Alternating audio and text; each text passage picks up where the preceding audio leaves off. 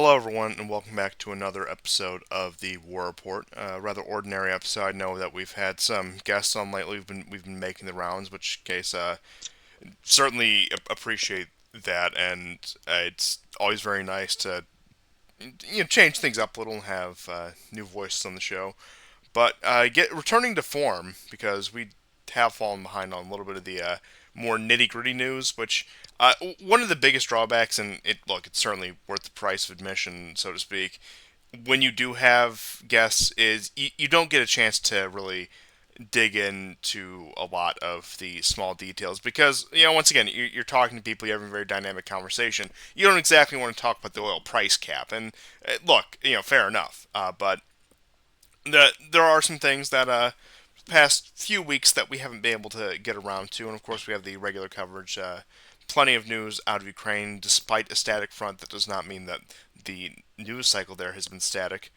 Some follow-ups on the situation in Armenia, a bit of news out of Europe, and just making the rounds, is covering all the stories that have come up in the past few days, including some on the other side of the Atlantic, mainly with U.S. Congress and the current budget dispute and how that impacts the Ukraine war. But without further ado, I will let you get into some of the updates or lack thereof in Ukraine. Yeah, so I'm sending you some maps at the moment. It has been fairly static. I sent you a. Why don't you go to the first map? Okay, I'll pull that up Uh, in just a second, and that is.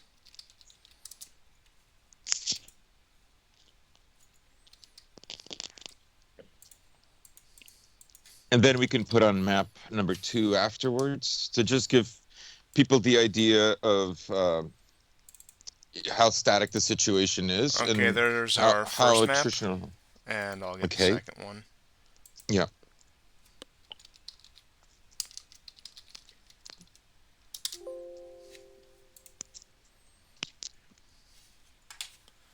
And let's get number two up here. So this describes most of the front except Kherson, which honestly, if you think this is a very small movement, Kherson is a fraction of this, which is already a fraction. You can see that the Russians have gained 200 square kilometers more territory than the Ukrainians. Um, you can see where that has happened. The blue indicates Ukrainian gains, the red indicates Russian gains. But ever since Surovikin's strategy from last year, which was we're going to go defensive, we're going to retreat the Ukrainian forces. This causes the least amount of casualties on our side and on civilians. And I can well imagine that this is why, like, maybe some of the commanders didn't want to go after Bakhmut on the Russian side. Pardon me, I'm just having a sip. Um, Partly because it was, although it attrition, the Ukrainians did attrition to Russians as well, and maybe that's something that they didn't want. Um, Next up, you can upload the third map I've given you. Well, so Okay, we'll I'll go go into ahead some. and get that up for you.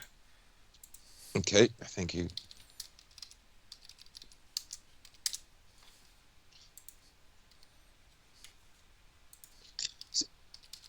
So we're going to go to the Orejo front. Most of the action that's been happening has been in the Verbove area. This is just east of Robotino. Both these villages are south of Orekhov, which is the main staging ground for Ukrainian attacks into the Zaporozhye front. Um, the Russians have started bombing with Fab 500s in this area. I mentioned last week and the week before. That has only increased. Um, they're using their Su-35s for this. So basically, the Su-35 carries two Fab 500s, and they'll put a pair of these planes to go up and a total of 4 bombs will go off in a short amount of time. I'll give you now, like, go to map number 4, and this gives you an idea of the larger picture where Verbove is situated.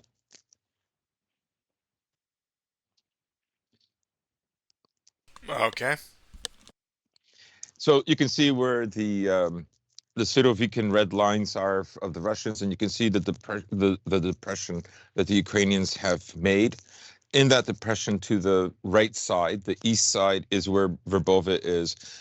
Verbove is flanked by 2 higher grounds, and this is what's made it very difficult for the Ukrainians to break through. I think the last major attacks that happened there were about 2-3 days ago.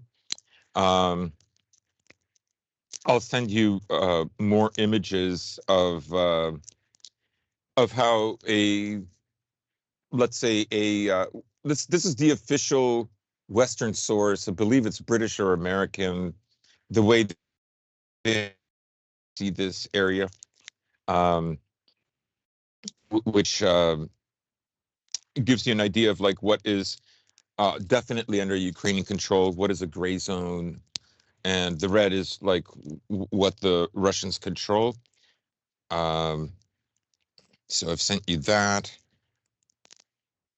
and again, I'll give you, this will give you an idea where this is taking place in the larger context.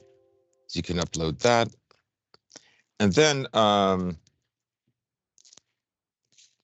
want to show you like what have the gains been like. Let's say since a month ago. Just pardon me for my tardiness. I do have them here. That will give us an idea of the progression. Okay, so this is what it was. So you have them, right? So this next image that I'm Yes. going to show you is from like roughly August 30th to August 31st. Okay. Okay, I'll go ahead and get that up for the August. This is according to Defense Politics Asia. And now you can see how, like, to what extent it's expanded. Now, he does not have as many gray zone areas as let's say the official uh, Western map for Ukraine's progress. So as you can see that they're slightly different. It's contested, how big the gray zone is, essentially. Like, that's what it comes down to. And that is really what has been like. Now, there have been a lot of strikes recently. The biggest news is in the Kupiansk front in the north, along the border of Kharkov and Lugansk region. The Russians have now blown every bridge. Remember that back in August, they blew up one of the bridges in early August before they had a small counteroffensive situated mostly around the Sinkovka area, right? And not far from Petropavlovsk. The other 2 bridges now have been destroyed, but moreover, even in the Orekhov and Vremevsky Ledge areas, the Russians have now been taking out bridges. So 7 bridges this week have been destroyed. This is something that people were waiting for a long time. And then there is the strikes that have happened in areas again of Vinnytsia, Kalinkovka, in the west of Ukraine. It looks like they've hit some kind of military sites. One of the strangest one, sticking to Western Ukraine, is a huge fire that happened in Ivano-Frankovsk. This is a gas pipeline, and the fire has been raging there for over a day and a half. It's uncertain how it happened. The Ukrainians are not saying that it was a missile strike. We don't know if it was intentional. We don't know. Some Telegram sources on the Russian side are saying that it was Russian DRGs, Russian special ops that were in that area that caused this. I mean, I'm not saying it's impossible, but it would be quite a feat to go there. In Kirovograd region, there was another military installation base that was part of the 62nd Arsenal of the Ukrainian ground forces. That was hit as well. Um, and let me, I have to remove my glasses. In the Mykolaiv area, there's a small airport called Kulbakino. This is a military Air Force base. This was also hit in this last week. So the Russians have basically begun expanding their attack. This seems to be indicating that the Ukrainians have just far fewer air defense systems to protect these areas. And so this has allowed the Russians to strike deeper into Ukrainian territory. And remember that a lot of these are bombs. They have roughly 50 miles of travel. Sorry, 50 kilometers of travel. Now, there is a new get on kamikaze drone that the Russians have created. Its range now goes to 60, 65 kilometers as opposed to 40. They've kind of tweaked what they got from the Iranians. They've been making it themselves, and now it's less prone to radar detection. The Russians have been successful since the last show and a few days more in preventing the Ukrainians from striking Crimea, as far as I have gone over my notes. There was, of course, an area where that was not the case, and a fire was raging there. There was an oil depot. There was also a hit near an airport.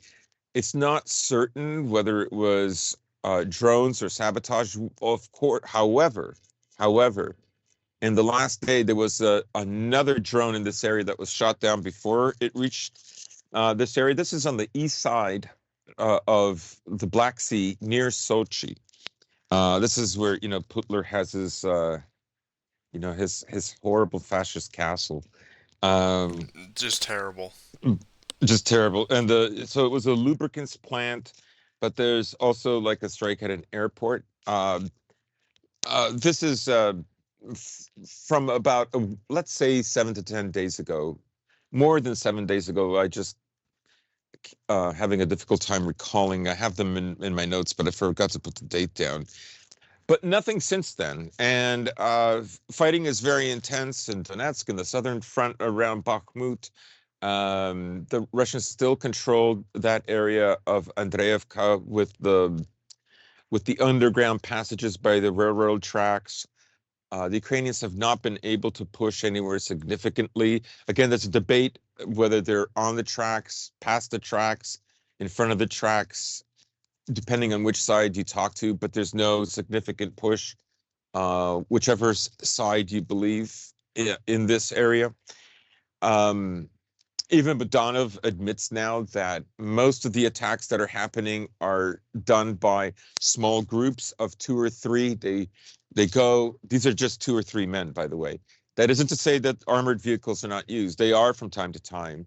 And I believe in the Verbove area, there was a very interesting image that popped up of 24 armored vehicles that try to get into the Verbove area. I don't know if I have. There it is. This is back to the Kherson front. You can see that uh, why they've abandoned being so visible, which an armored personnel carrier, a tank, an infantry fighting vehicle tends to do.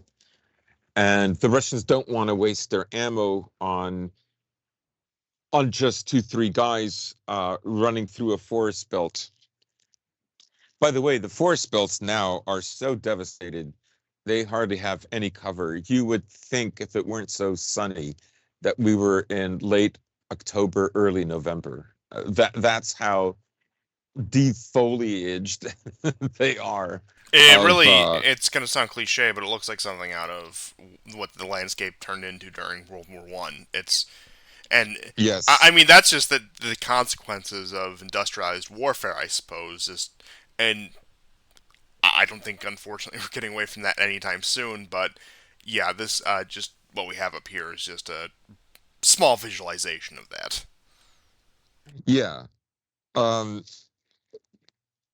the other thing I wanted to do was to I won't say too much more about the front, except now I think everybody understands what we've been trying to say for about a month about the movements are very small on either side.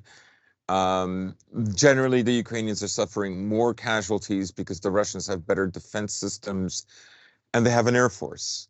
Um, those Ka-52 helicopters are still operational.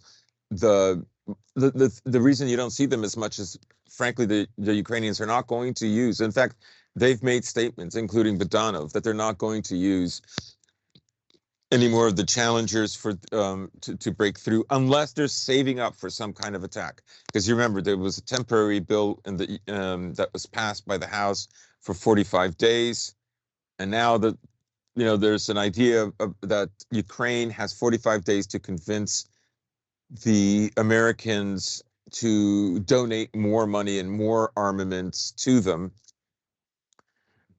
because they were initially asking for just a little over 24 billion. They were offered 4 or 6 billion. I think 6 billion. And that's on hold for the moment. So, you know, the debate in Ukraine now is, what do we do? Do we go into a defensive mode? Do we freeze the conflict? Do we sue for some kind of a treaty, even if it's only temporary? Or do we keep fighting? Or does Zelensky go ahead and call for elections? I mean, all of them are bad. Um, and, again, Budanov and Zelensky have stated that they are going to continue the assault. They're not going to make the mistake that they did last year, where they had the Russians by the throat in Kherson and they let go. They didn't let go. The Russians evacuated that area. They just evacuated it before you got them. Remember, there was over a week of civilian evacuation. Everybody knew what the Russian forces were going to do. Now, it's still a strategic win for the Ukrainians, right? Because they have the west side of the Dnieper, right? It's on higher ground. It brings them that much closer to Crimea, but crossing it is another matter. And there were also rumors about the Ukrainians potentially going for the power plant in the Zaporozhye power plant, crossing over. There have been some small reconnaissance groups that land on the islands that get repelled. Novokhovka has some new Ukrainian infantry in that area again. But there's no, I mean, this has been going on for 4 months, right? Like, they're still in the same area. I mean, they have less gains than even the Ukrainians have in Rabotino. So there's not much to show for it. So will they commit even more troops? I don't know. Um, it, I think, speaking of the Zaporozhye nuclear power plant, I think they could begin shelling it again. He has to create that's another option.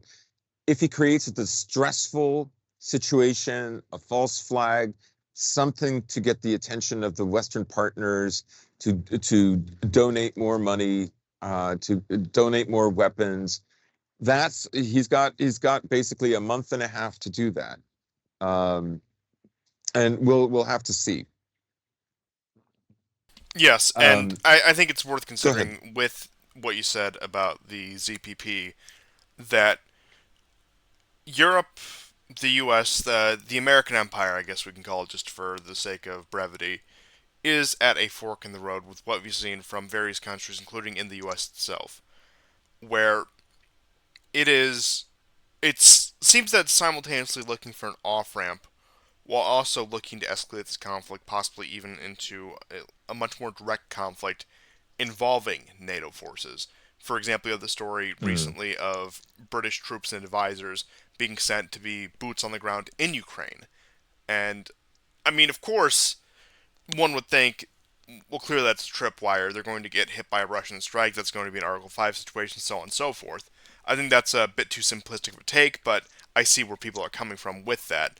But to put that story aside, at least for now, you also have, for example, in this budget dispute in the U.S., you had the Republicans very adamant about withholding aid to Ukraine before certain preconditions were met, particularly when it came to U.S. border security, which is a very surprisingly pragmatic move by the Republicans. I'm not quite sure what's at play there. I'll believe it's genuine when I have more evidence to Yeah, suggest so. But yeah, once again, well, I'll leave that situation aside for later. You see the Germans dragging their feet. You see France dragging its feet. You see Robert Fico coming to power in Slovakia. Not that Slovakia is some sort of major power player here, but once again, you get these smaller European states that are slowly peeling away, slowly questioning the logic of support for Ukraine. Of course, Hungary is as strong as ever in its condemnation. You have the current diplomatic row with Poland. So it looks like there is this divergence where you're either looking for an off ramp or looking to take this war to its logical conclusion. And I'm not even yeah. saying those are mutually exclusive, as we were discussing off air. It could be possible that this is something of a pressure valve. Look, oh, we're tired of Ukraine. We understand. We hear the plea of our population, so we're going to take a step back on this. While also, of course, preparing something in the background, thinking that, well, this is inevitably going to escalate, and we've invested so much in this. We have to see to it that Russia is severely kneecapped, if not outright partitioned and destroyed. Because I mean, let's be honest, that is the ultimate goal. That's the ultimate goal of all of Yeah. this, and I don't think they're going to settle for much less, at least under current circumstances, because they are that adamant about it. All pragmatism has gone out the window. They see Russia as an existential threat that needs to be completely demolished, like it was in 1991. In fact, actually, even to a further degree. But once again, we all I understand. think they want like a Germany World War II Oh, scenario. absolutely. They want an occupation regime. They want to write a new constitution. They want a complete regime change under a quote unquote multilateral Western terms. Now, anyone with any sense about it understands what that would require and the ramifications of such. But either by some sort of cynicism, some sort of information we're not privy to, or a variety of factors, really, Washington, Brussels, London, etc., have convinced themselves this is the only way forward when it comes to maintaining their global hegemony, that Russia cannot be allowed to stand. It can't be integrated into the current system. It can't even be viewed as maybe not part of the current system, but we don't have to embark on the, let's just be honest, Herculean task of destroying such a massive country with all its resources and its growing influence. And I mean, that's also on top of the other countries that have started to align themselves more with Russia, or at least have taken a pragmatic stance, have taken a neutral stance in this war, frankly, for business reasons. You would think Saudi Arabia, Iran, uh, East Asian states, China especially. But it, while you do have the seeming no compromise position coming out of places like Washington and Brussels, what we see in reality, and like I said, it could be deceptive. It could just be political maneuvering. I mean, well, it's all political maneuvering, but it could just be political maneuvering of the sort that we're not actually going to give this up. We're just opening up a pressure valve, so to speak. The moves right now that we see seem to point to them looking for an off ramp. And I would make the case that it's not implausible that they would be doing so, especially with you have probably first and foremost the U.S. elections. You have these parliamentary systems in Europe, which are liable to have a snap election at any time. And looking at the approval ratings and the performances of some of these governments, namely the UK, which is past few administrations, past few cabinets have not been known for the longevity. Pretty much ever since Cameron was removed from power, you haven't gotten. I mean, what Theresa May, Boris Johnson, they were both there for like what 2 3 years, if I recall correctly. And then you had the joke of Liz Truss, who was there for less than 3 months, and now you have Sunak, who has been there for about a year now. But while he's certainly not the worst thing in the world, I certainly wouldn't support him. I certainly don't support him from this side of the Atlantic. I don't really think he has the ability to have a government with such longevity. You have the, of course, economic crisis in Germany. You have France, which is, I know the French population has a different approach to protest and riot, as it were, where it is just a more common thing within their system. But especially with the more ethnically charged riots out of the Algerians, the pensioner riots or riots over the pension, I'd say. It's not exactly like you have the 65 plus crowd on the street rioting in France, even though that might be a bit entertaining to see in just a in an abstract sort of way. And that's also on top of the labor disputes in the United States, on top of the budget disputes, because you have the auto worker strike, you had the rail worker strike, which was just slightly averted. And as I said, potential government shutdown if this spending bill falls through, or if these negotiations do fall through. But you have crises upon crises on top of actually also just scheduled elections. Not to mention what are at least supposed to be Ukrainian elections in 2024. And I mean, they can very easily hand wave those away. And I'm pretty sure that if there isn't some sort of ceasefire, that of course the elections are going to be suspended in Ukraine. And even from the other side, you have Russian elections in 2024. Now, I think we all know where that's going, even though, and I mean, Putin does take the sort of above it all approach where he doesn't really announce that he's running until last minute, as it were, doesn't show up at the debates, just because it's expected that it, he's the guy in power, he's the one who's going to win. And of course, I would never allege election fraud under any circumstance, because as we all know, according to YouTube terms of service, no election has ever been fraudulent, including the Russian elections and the referenda in the annexed regions from a year ago. That was, I believe, actually on September 30th, so we're actually just a little bit past the year anniversary on that. But point being is there's this confluence of major events that do shake the confidence of an unquestioning support for this war effort, which does lend to the idea. And I mean, you had the Pentagon saying at the beginning of this year openly, this wasn't leaked documents, openly saying that, well, if the Ukrainians don't have major success in the summer offensive, then we're going to have to push them towards negotiation. It seems like that is what is happening right now. Now, of course, they have tricks up their sleeves. For example, the ZPP is probably the biggest one they could do. But, I mean, there's things they could do to reignite this. But it does seem for the time being that everyone from the Western perspective is trying to look for an off ramp, because they've painted themselves in such a corner with how they've conducted the Ukrainian war effort. Hmm. Yeah, I would be very alert to any kind of false flag, anything. Now, it should be mentioned that the polls have found that they finally concluded their investigation of that S-300 missile that landed and killed two Polish farmers as being Ukrainian, right?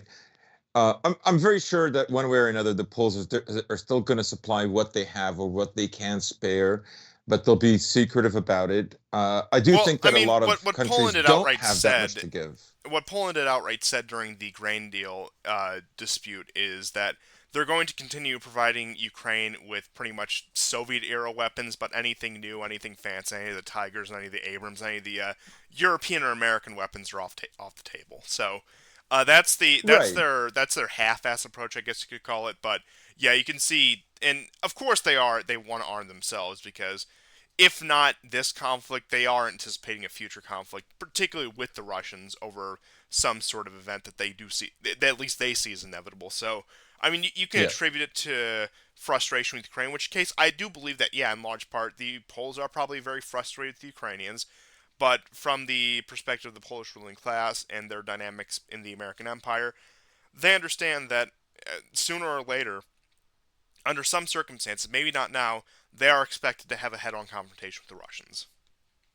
Yes. Or it might be as a result of an expansion and an escalation of this war, or as you say, a future war that they see as an inevitability. It could even be over Kaliningrad. We don't know, or Belarus, or something. They need a tripwire, and that's what I think they're preparing for. I don't think this is just a deterrence, and I don't think the Poles really believe that the Russian intention is to go all the way to Lvov, Western Ukraine. I don't believe that.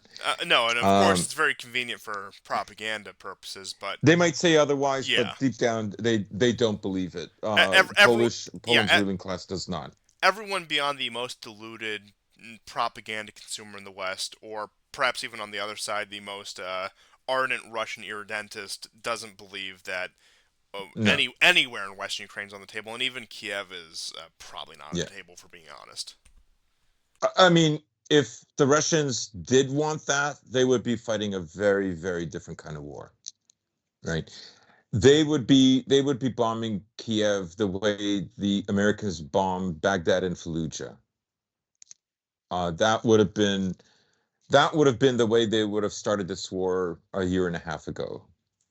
Um, just leveling everything to the ground. But the Russians, I don't think, want to say we took Kiev. It cost 3 million people, but we had to do it. They're not going to do that. That is not how they see this conflict. Both sides will portray it as something like World War II, but in their actions, they do not act as if it were. There is a global dimension, but it's still not the same thing as World War II. But I just wanted to go over a very bizarre story that nobody has talked about and clarify from the previous shows about some of the American and British mercenaries, Daniel Burke, Jericho Sky, those guys. So uh, I didn't know the last name of or the first name of the guy named Sky. His name is Jericho Sky Magalon. He's also known as Jericho Walker. He was in Afghanistan and he was the military police officer there. He is responsible for being in the Foreign Legion and killing, I believe, 4 Russian soldiers who wanted to be POWs, but were attacked, and then they went into like a self-defense mode uh, in Petropavlovka. This is just the next town over from Kupiansk, east of Kupiansk. So he was killed actually with 19 other volunteers. And in a way, this ties in with the stories about um, Daniel Burke. So Daniel Burke fought for the Kurds. I think he was arrested when he came back. It seems murky. He's also I do think, and maybe it's a bit of a sticking point, Iraqi or Syrian Kurds. Syrian. Yeah, that tracks. Yeah, yeah. So now he seems to be connected with another mercenary, Gifford, who, along with another British mercenary, Woodruff, have decided to leave. Woodruff made a statement on his Twitter account saying that we've lost a lot of close friends, and Gifford has left. Both of them seem to believe that Daniel Burke what he was killed, and now I did say that there was no proof that his hands were tied behind his back and murdered. Like what was the name of the other guy? There was another guy that was killed before him. The name escapes me as well. The name escapes me too. It's Chadwick, right? So Daniel Burke was also killed with his hands tied behind his back. approximately 40 kilometers from the front line. So that's a very bizarre story. And now the suspicion is that a Lebanese Australian that was in his unit probably murdered him. There's a video of him, and also a dispute about his truck. He was willing to donate it if they fixed it. He didn't have the money to fix it. Um, in the video, you see him getting in the truck with the Lebanese Australian name Adam. That's his code name. I forget his actual name. And then the video. This is a video in front of some kind of a house or something where they were stationed near the front. The truck comes back. Burke is not in it, and then a few weeks later, in mid-September, they find his body. So that's an interesting thing to. I just wanted to clarify. So Burke was murdered the same way as Chadwick. Now, there's another bizarre story that happened at the end of July, maybe as late as August the 1st, and that involved a Russian Mi-8 helicopter that was captured by the Ukrainians. For many days, no one knew what had happened. And then the pilot, who turned out to be a traitor, his name is Maxim Kuzminov. He had, because at first they thought maybe it was some kind of electric jamming device, or they'd damaged the helicopter and it had to force land in Ukrainian territory. As it turns out, this guy was paid, and he went on television. He was paid a half a million US dollars, and the other two members on his aircraft had no idea. While he was on the television show, he said the last he saw of them was running towards the front. But there is video footage of them giving up. If they ran towards the front, it's because the Ukrainians told them run, and then they shot them in the back. I the story doesn't make sense because the video shows, like, unless the video is very, it's like a post production. You know what I mean? Like they've already been caught, but they reenact the scene. Yeah. Unless that's the case. So he did this, and as it turns out, a few days later, this is just horrendous. They found the bodies of the other men. The navigator's nose had been cut off. The autopsy is that they were shot at point blank range. I don't know if people who listen to our show know.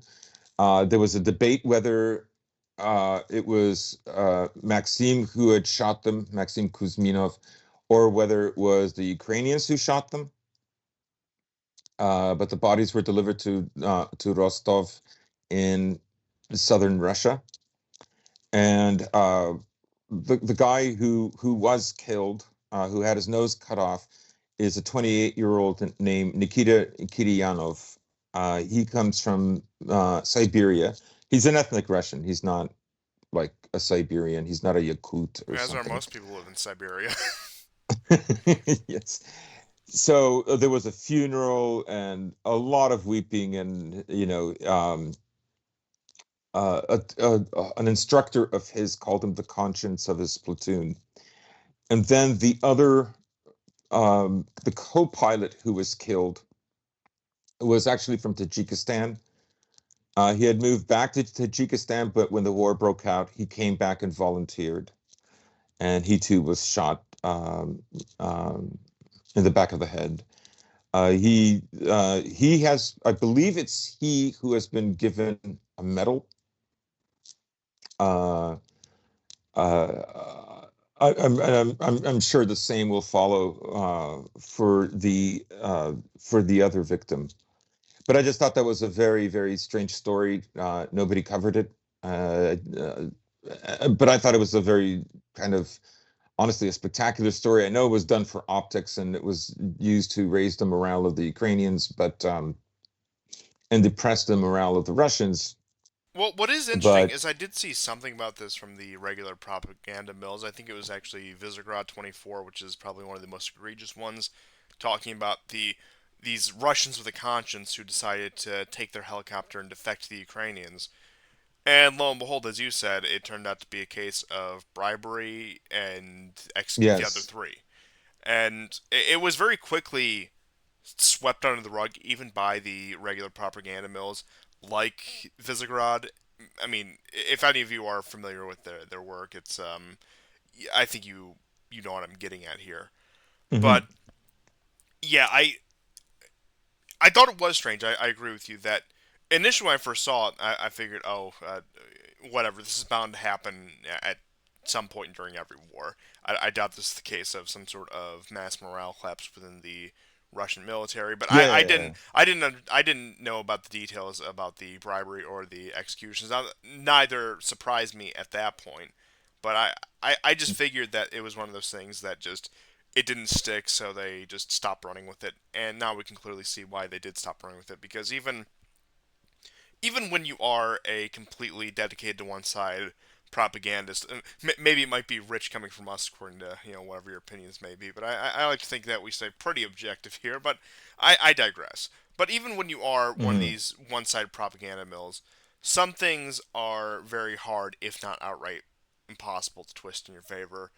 And I'm not going to get on a great moral pedestal about that. I just generally don't like to do that. But the execution of captured prisoners, especially under those circumstances, is not something that just sits well with the general public when you're trying to convince them of the righteousness of your war effort. Yeah, yeah. Yes, yes. So anyways, I just wanted to bring that up. Uh, I've been following the story. I was tempted to bring it up last week and the week before, but uh, more in news came in, and now I think there's almost a closure. There'll probably be a few more stories afterwards about it, but I think now it's understood what happened. The helicopter was also transferring military equipment that was necessary for repairs, I believe, for aviation purposes. Yes, and I do have one last story directly pertaining to Ukraine before I get into some of the more tangential European news. And that is a decree that was made by the Russian government on Friday about citizens of Ukraine and their relation to Russia. And this is particularly about citizenry. So, according to the decree, citizens of Ukraine will be able to enter and leave Russia without visas on the basis of an internal passport. And this isn't just people in the occupied territories, because, of course, the Russian government does consider them actual Russian citizens. And actually, as of March of this upcoming year, March 2024, they will be counted in the official census, and the population will be eligible for mobilization there as well. And that's in the four oblasts that they annexed last September. But this this move, it I understand why they did it. They want to portray the message that we are a liberator of the Ukrainian people against a corrupt and debauched regime in Kiev. In which case, I do think that there are quite a few Ukrainians who believe that, especially the ones in the territories that were recently annexed to the Russian Federation, judging by the ballots. And look, I know I sort of muck it up when it comes to the legitimacy of the ballots with the whole like jokes about the legitimacy, but when it comes to this, you do have to realize that in situations like this, when there are genuine opposition, they tend to boycott these sort of elections. So when you look at the voter turnout and the high margins, that look, I'm not saying there's no tampering at all, but that is generally an idea of the amount of the population that does support these referenda and does actually firmly support that, because the opposition either protests, boycotts, or just leaves altogether. But getting back to this right here, once again, it is something of an olive branch. It is this PR move saying that, of course, we view as Russians, of course, we view as other people. Our issue is with your regime and not the people in general. And while I get the move that they're trying to make, and you can even say that it is a positive move, especially considering your views on the relations between Russians, Ukrainians, and people, I just think at this time, and it's a bad move, just giving carte blanche to Ukrainians with an internal passport. Now, from how it reads, it doesn't suggest that it's going to be a complete open border, but once again, without visa, it just completely expedites the process of getting Ukrainian nationals into Russia. Now, they've been doing this for years. You recall, I believe it was in 2018, 2019, they actually issued Russian passports to the citizens of the Donbass. And maybe that was 2020, but point being, it was a few years back in which they did that. But you do consistently see these moves. You have about 2 million Ukrainian nationals since the start of this war who have fled to the Russian side. And there actually are some pretty interesting interviews with them. Most of them, of course, clearly choose to stay anonymous in case of any targets against them or any remaining family in Ukraine. But ultimately, it seems like opening the door for sabotage and unnecessary risk for something that isn't going to have that great of a payoff, because I think at this point every Ukrainian capable of getting to Russia that wants to be in Russia has done so, and easing the burden on that, while on the surface may seem like a good idea, especially when it comes to maybe sympathetic populations that you want to shield from some of the actions of the Kiev regime, it does open the door for the exact opposite, and especially considering how much internal sabotage has happened in Russia since the beginning of this war. And of course, we do have the confirmed examples of some things that did happen in Crimea, but also the suspected examples of these attacks that happen inside of Russia. It's strongly believed, and not unreasonably so, that there are on the ground coordinators with the Ukrainians or with whoever, or the Ukrainian handlers, whether it be the British, Americans, whoever else, the Rainbow Coalition, as we'll call them, that they do have collaborators on side the ground in Russia, and perhaps those are just disloyal Russians, as it were, who have no sympathy for the regime for whatever reason. But adding Ukrainian nationals to the mix and easing the entry requirements for that does seem like just a complete wide open door for sabotage. Hmm. Hmm. Yeah, I mean, I agree. Um, it, it boggles the mind, honestly. They're very like one of the stories I did want to say for a few shows now is, the areas that they do control, like for instance in the Kherson, no, in the Zaporozhye region or Kherson region. It's in the south. But I believe it's Zaporozhye. 46% of the students have opted to be taught in Ukrainian. So like the Russians don't have anything against, like there's no genocide against Ukrainians, right? Um, I mean, if Putin had everything his way, like 2014 wouldn't have happened. Ukraine would have been neutral, and Ukraine would have had ties both with the EU and Russia. Oh yeah, you look at the And initial negotiations from 2012 2013. The Russians never opposed Ukrainian integration in the European Union. They just drew the line at NATO membership. So Ukraine could have been fully yeah, integrated in that regard as far as they were concerned. And once again, that was, and I would say, all things considered, Putin is still very conciliatory towards the West, but especially we're talking 2011, 2012, 2013, extremely conciliatory. Georgia aside, Georgia was a very quick conflict that was brought to a standstill very quickly. A standstill in Russia's favor, that is, as much of a contradiction as it might sound like. But you're right, and with that, with the Ukrainian language, I mean, you also have to understand, I guess, for lack of a better term, Putin is something of a civic nationalist, as it were. He doesn't put hmm, too much emphasis on the ethnic components, much to the chagrin of a lot of Russians I've actually yeah, spoken with. And I'm not just talking about like these like weird fringe ones, the ones who go off to fight Ukraine. No, by no means. I'm talking about like just normal everyday Russians who, consider themselves loyal to their homeland, do have criticisms in that regard, which I completely understand. But actually, going back to what you're saying about how 46% of students have opted for Ukrainian language education, I think what you have to remember about, especially these regions that were annexed and the regions that are contested right now, which could prove to be a problem later, is these are very fickle populations. They don't have a strong loyalty either to Moscow or Kiev. They go yeah, along yeah, to get along. It's not like in the Donbass where they very much view themselves as a core part of the Russian nation, or like places in Western Ukraine who view themselves as a completely different people to the Asiatic Mongols, as it were. No, when we're talking about Kherson, Zaporizhia, even when you get into places like Kharkov, which I know is under Ukrainian control right now, very much a wishy-washy, go along to get along population, which I suppose does describe a lot of people. And given the history of the region, how many times it's changed hands between different states, it is understandable. But once again, that also is something that is a bit of an open door because if there is too much discontent for the Russians, that is a very fertile ground for internal strife within Russia. But at this point, I can see why they do a lot of the Ukrainian language education. It's just something that they have to tolerate for now, and they don't want to rile the population too much. Not to mention, it is a great PR move in terms of the moral high ground. The Ukrainians, they banned all non-Ukrainian languages in public life, but the Russians, yeah, we speak Russian, but we allow our local languages because we're a, we're a.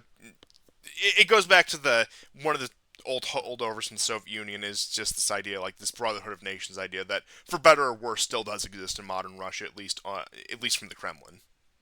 Hmm. Yeah, just a couple of things. In the Kherson region, see, this is kind of interesting, right? So Zelensky has started an investigation into Zelensky losing the southern front, right? So the frustration, it's been 4 months of the counteroffensive, one third of a year has gone by, virtually no gains. As you saw on the map, they have made some gains in some areas in the southern front, while the Russians have made others, mostly in the east, but even in areas that are in the southern front. So he's putting Zaluzhny. This comes right after Kolomoisky is arrested. Of course, from ever entering into the U.S. because he was looked at as this negative figure, and it's probably because of this that Zelensky thought he could get favors from the Americans if he arrested Zaluzhny. So he has. Kolomoisky. So Zaluzhny now is being investigated for losing the southern front, particularly Kherson and to a lesser extent Zaporozhye.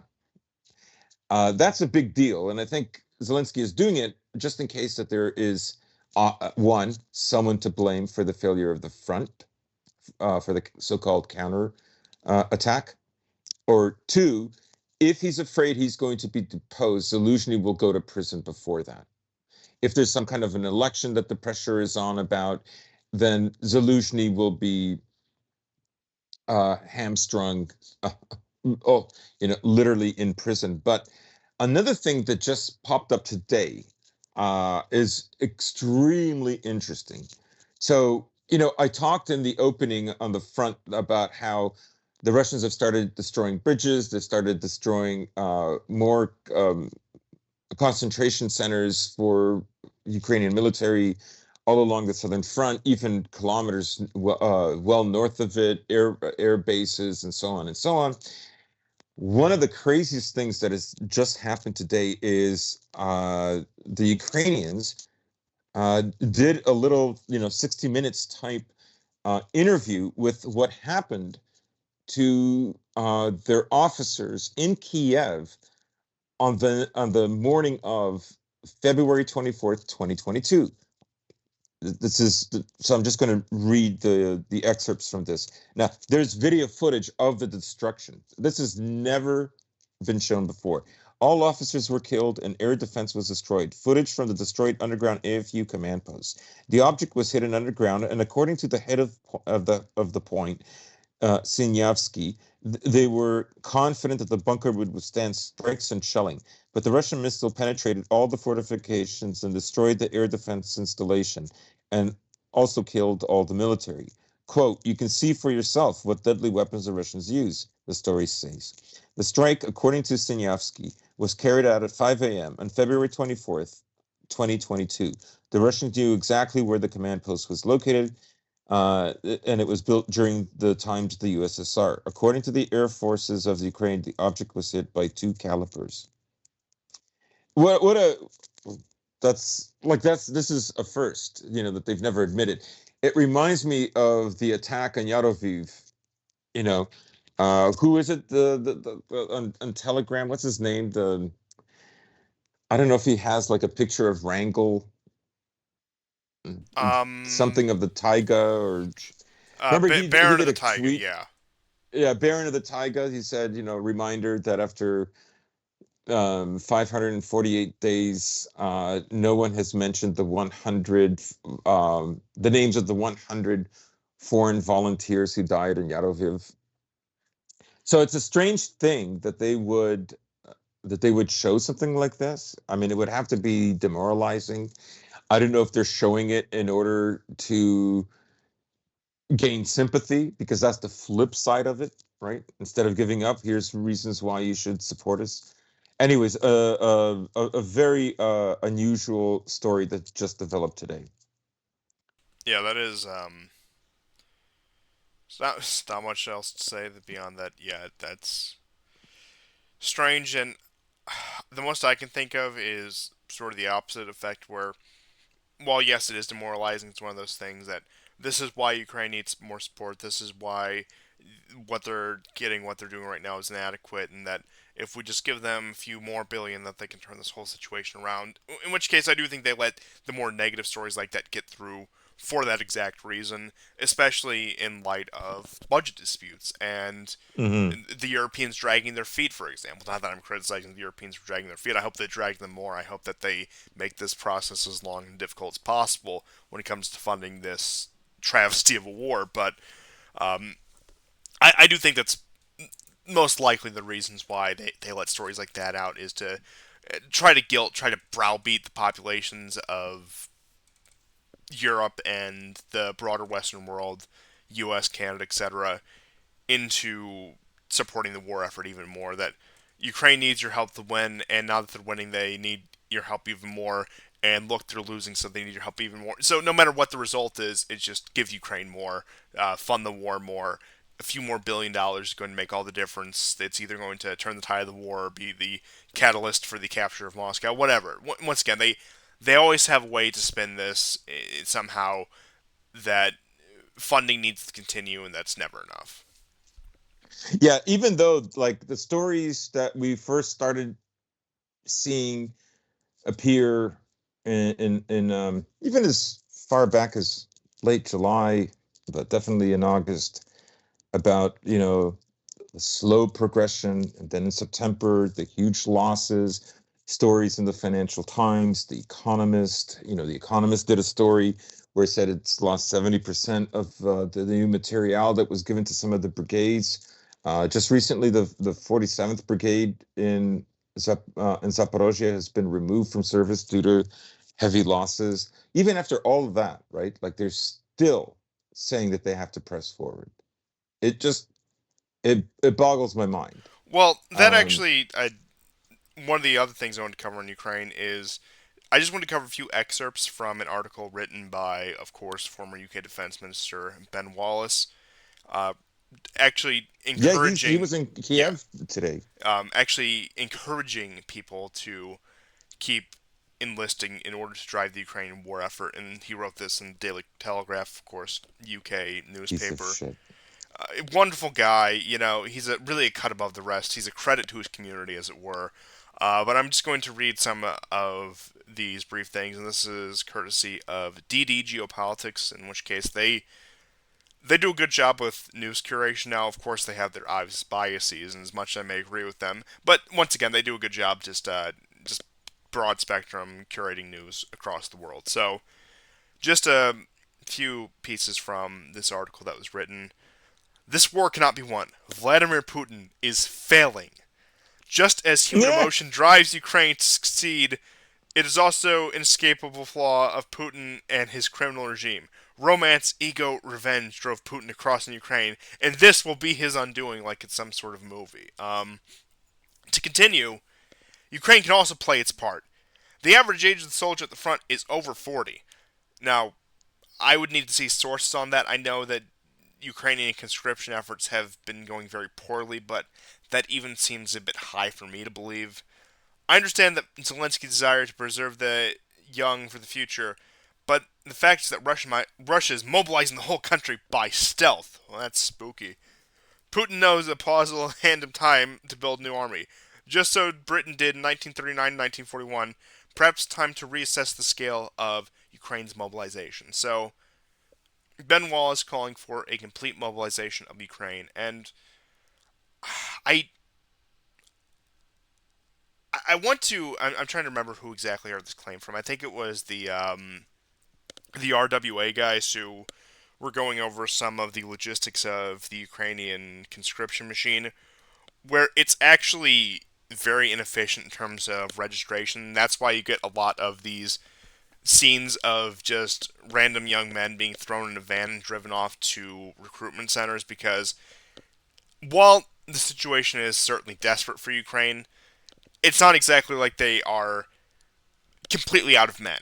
It's just a matter of the fact that their system for actually enrolling and enlisting men in the AFU is extremely inefficient, so they usually just have to resort to on the ground agents black vanning these guys and taking them off to recruitment centers. And I mean, look, this all is to be expected from somebody like Ben Wallace. This piece is completely par for the course for him. And as you said, with the visit to Kiev, he's trying to gin up support. And it is an interesting angle because ginning up support usually comes from a Western speaker trying to convince Western governments to provide even more aid to Ukraine. But this was direct appeal to the Ukrainian people to go march into the meat grinder with the claim that the average age of a man on the front is 40. Now, for me, that if I had to suggest the motivation behind that, that does seem like something of a guilt trip. You selfish young men, why are you making your fathers and uncles fight this war for you, etc., etc.? Because I don't believe for a minute that. I mean, I believe that the average age of a man on the front lines is probably older than what you'd get out of any really standard military conflict. I could certainly believe it's in the 30s, like mid 30s, but 40's pushing it. And like I said, if I can see something that is more definitive, I'll take their word for it. But even with how dysfunctional Ukraine's military has become in this past year and a half, I still don't believe the 40 figure. But I do think it is something that's trying to browbeat more young men who have found ways around conscription into volunteering for the front lines. And of course, they want that.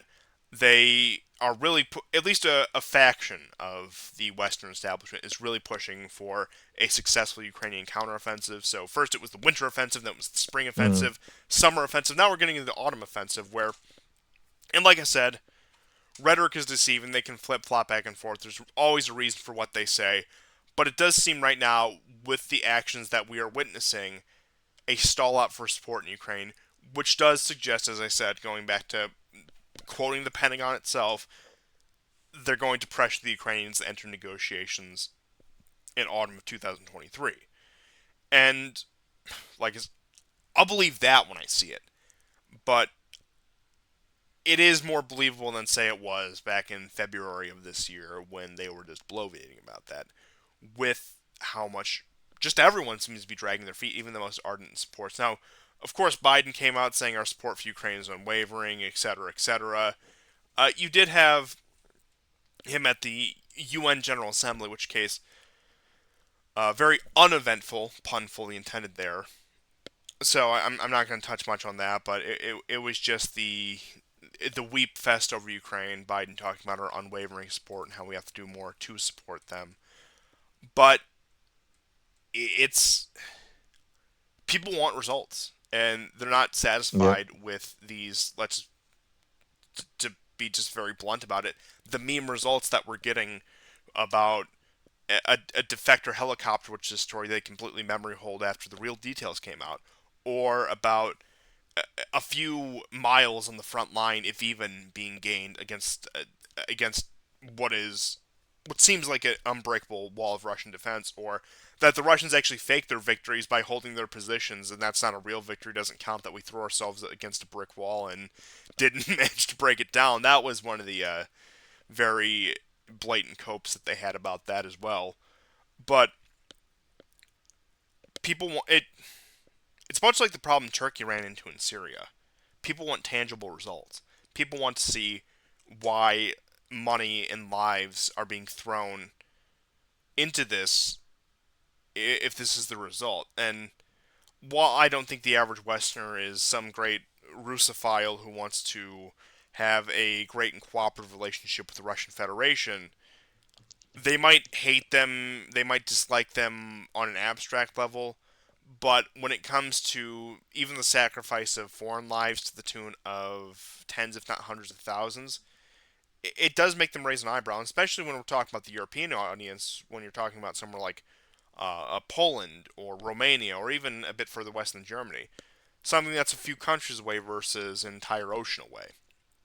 You start to ask some questions. You start to wonder, well, what if it's the young men of Poland or the young men of Romania or the young men of Germany, France, etc. next, versus the young men of Ukraine and our resources and our industry?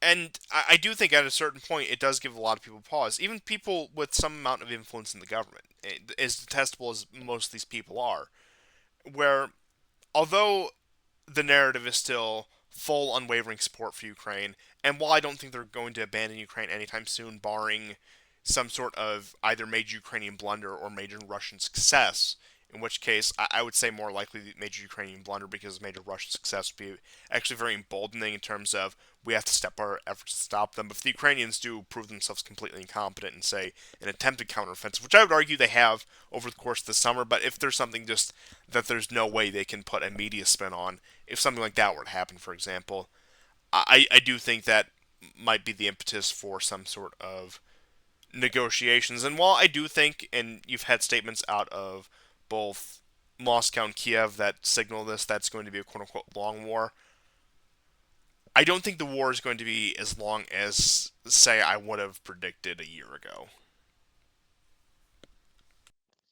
Y- y- Wait, so you're saying you didn't predict that the war would go this long? No, no. I'm saying if you would have asked me in September, October 2022, I would have said this is going to be a very long war.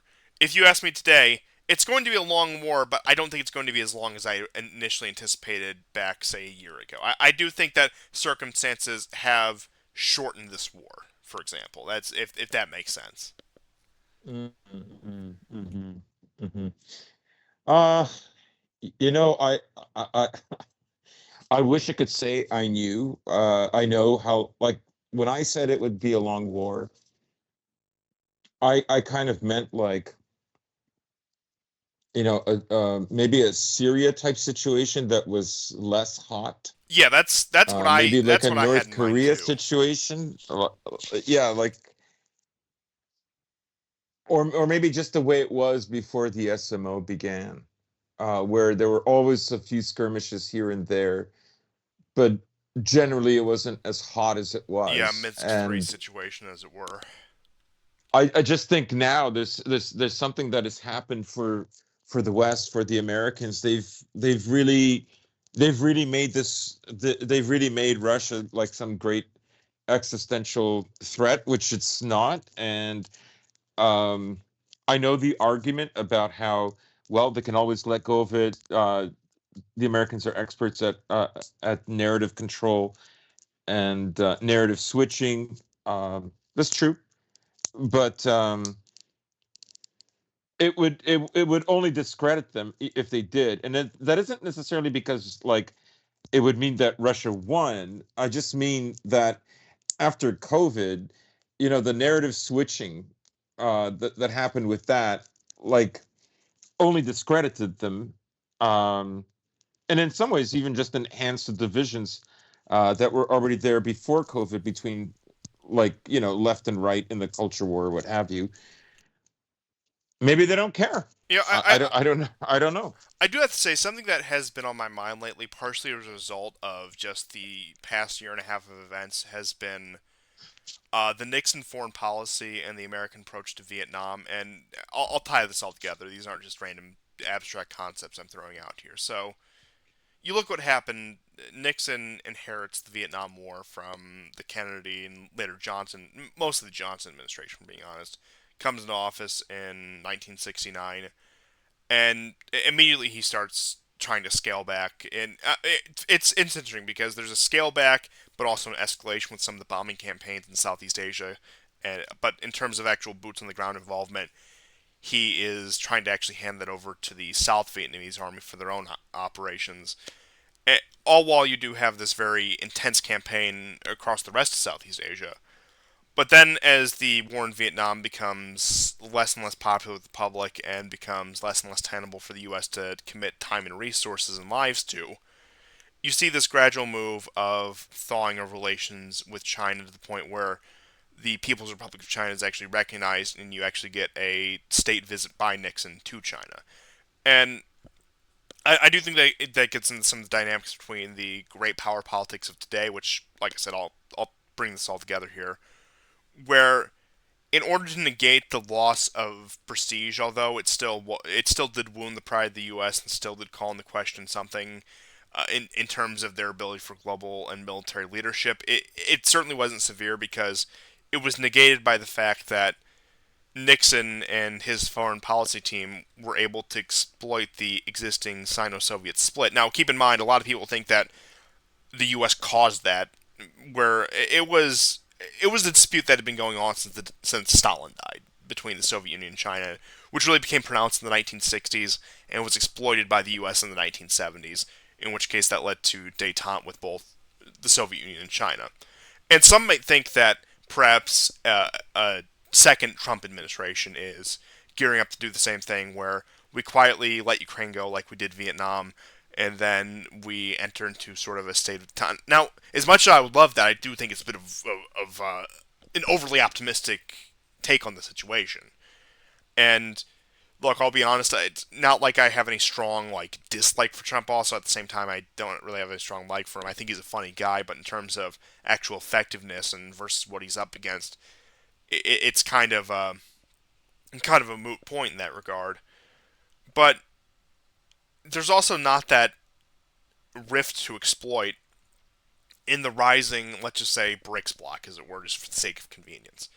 So at this point, much unlike Vietnam, or unlike Vietnam, I should say, just for the sake of simplicity, there is no convenient out. There's no sort of diplomatic stroke we can make that would negate most of the effects of this war because we're locked in this war. There's no Russia-China rift we can exploit. I don't know. Maybe if we get lucky, it's China-India one, but even that's a pretty big if, given what's at play right now, and especially with one of America's foremost vassals, that being the Canadians, currently having their own diplomatic row with India. That's certainly not helping the situation. Now, I know that Washington can very easily put the Canadians in line in that regard.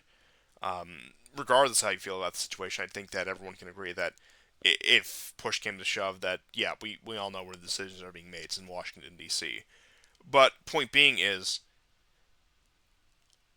while I do think, and while I do stand by my initial assessment that even the regime is souring on the prospects of the war, there's no off ramp in the way that, say, we have had in previous conflicts, where we have been able to I guess you could say bow out gracefully, for lack of a better term, and perhaps even that's been an exaggeration, but we have been able to find a convenient out.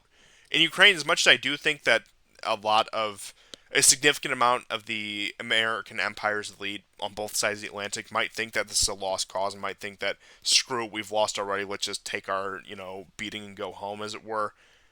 There's no convenient out. There's nothing that doesn't lead to a complete collapse in confidence. So I agree with you in that regard that, yeah, they have made this is an existential crisis of their own making, but also they don't have the will. So it's at this very strange impasse that I was touching on earlier, where is everyone is exhausted with this war effort, but there's really no way out in terms of maintaining not just prestige but legitimacy. Yeah. Yeah, I mean, they still have crazy articles. You were talking about Ben Wallace. Uh, his headline was Ukraine is winning. Now let's finish the job. It's like even Radican, like one week was saying that um,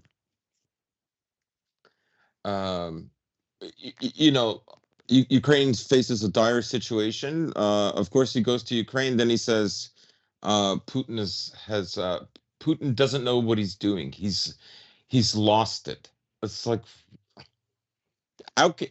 Like, how can it be both? Like within a week, what exciting new information came to his desk for him to make that claim? It's so stupid. Like, obviously, they're fighting some crazy optics war right now for their own population, right?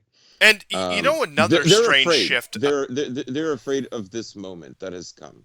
You know another strange shift I actually had forgotten to mention. I think this happened within the course of last episode, or maybe I just have my time off. But uh, the position of Rome, more particularly the Vatican, on this war, where is you would have Francis come out and make very boilerplate peace statements towards the beginning of this conflict. In fact, actually going as far as to say at one point that perhaps NATO does bear a bit of responsibility for this current situation.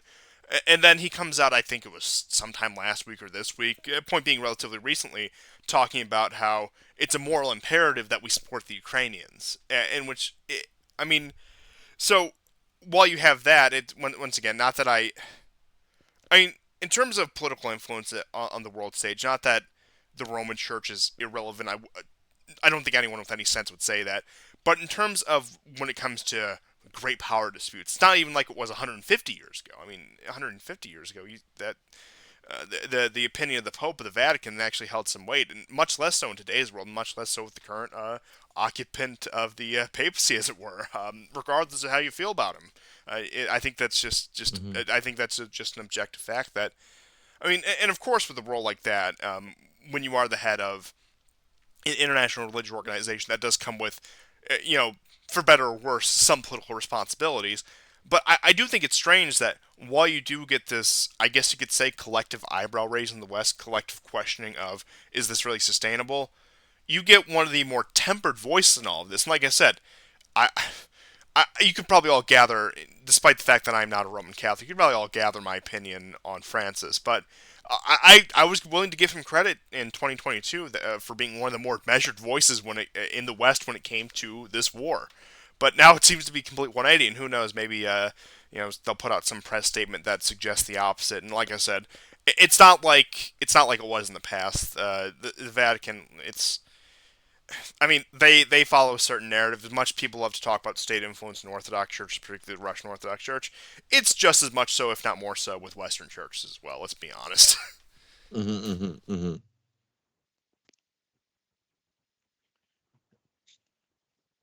But yeah, I think those are all the major points I had in Ukraine. If you want me to get into some of the more minor European news before we get into wrapping up some of the stuff about Armenia and really the aftermath of that. Yeah. Yeah, just before we do, the one of the founding members of IDAR Battalion. Most people don't know this, but when I started following this war, like I started following what was happening in Maidan in December of 2013, and was sort of riveted by it ever since. I'll be honest, by 2016, I'd lost quite a bit of interest in it. And frankly, there wasn't that much going on. Oh, it completely frozen over at that point. However, in the early days, IDAR was the battalion, not Azov. Azov was formed later and gained notoriety just later on. Okay.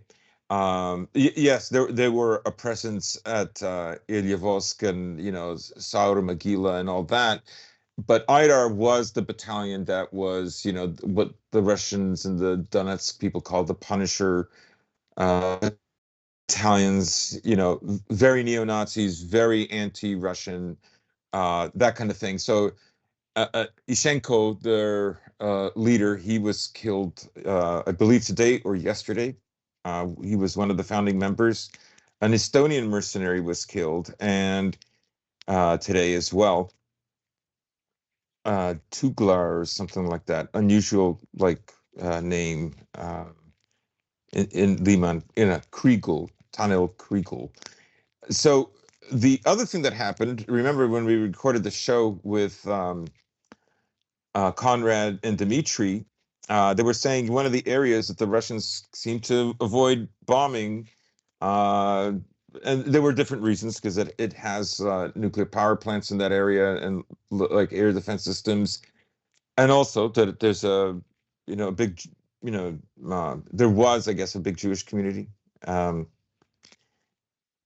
and they had I forget their celebration. I don't know. They always go to Uman at this time, and I think they left last week. Anyways, the Russians just hit um, Uman tonight, so I thought that was interesting. But they've hit Krivoy Rog, which, if I'm not mistaken, that's where Zelensky is from, and that too, and Zaporozhye also has like a substantial Jewish population. So anyhow, I don't have any more sort of minutia minute style stuff from Ukraine at the moment. Okay, well, like I said, I'll just cover up some of this minor European news. So you do have Bulgaria saying that they will transfer S-300 missiles to Ukraine free of charge, and that's after some of the disputes in Bulgaria. Bulgaria's population has always been very out of step with this government when it's come to support for this war. Not that the Bulgarians are necessarily, like, say, as pro-Russia as, for example, Serbia might be, but it's, like I said, not comparable at all, but they're certainly not Polish or, like, the Polish or the Czech about this situation. And you even had the expulsion of some of the clergy of the representatives of the Russian Orthodox Church in Bulgaria that did lead to discontent among the population there. So you do have the regime in Bulgaria, the state managers, as it were, who are very much more adamant about this than the population, which, like I said, this is a story you get all across Europe. As I had mentioned earlier, Robert Fico did pull off a victory in Slovakia last night, yesterday, and actually, with the initial polls, it looked like he was not going to win, and he's returning to power.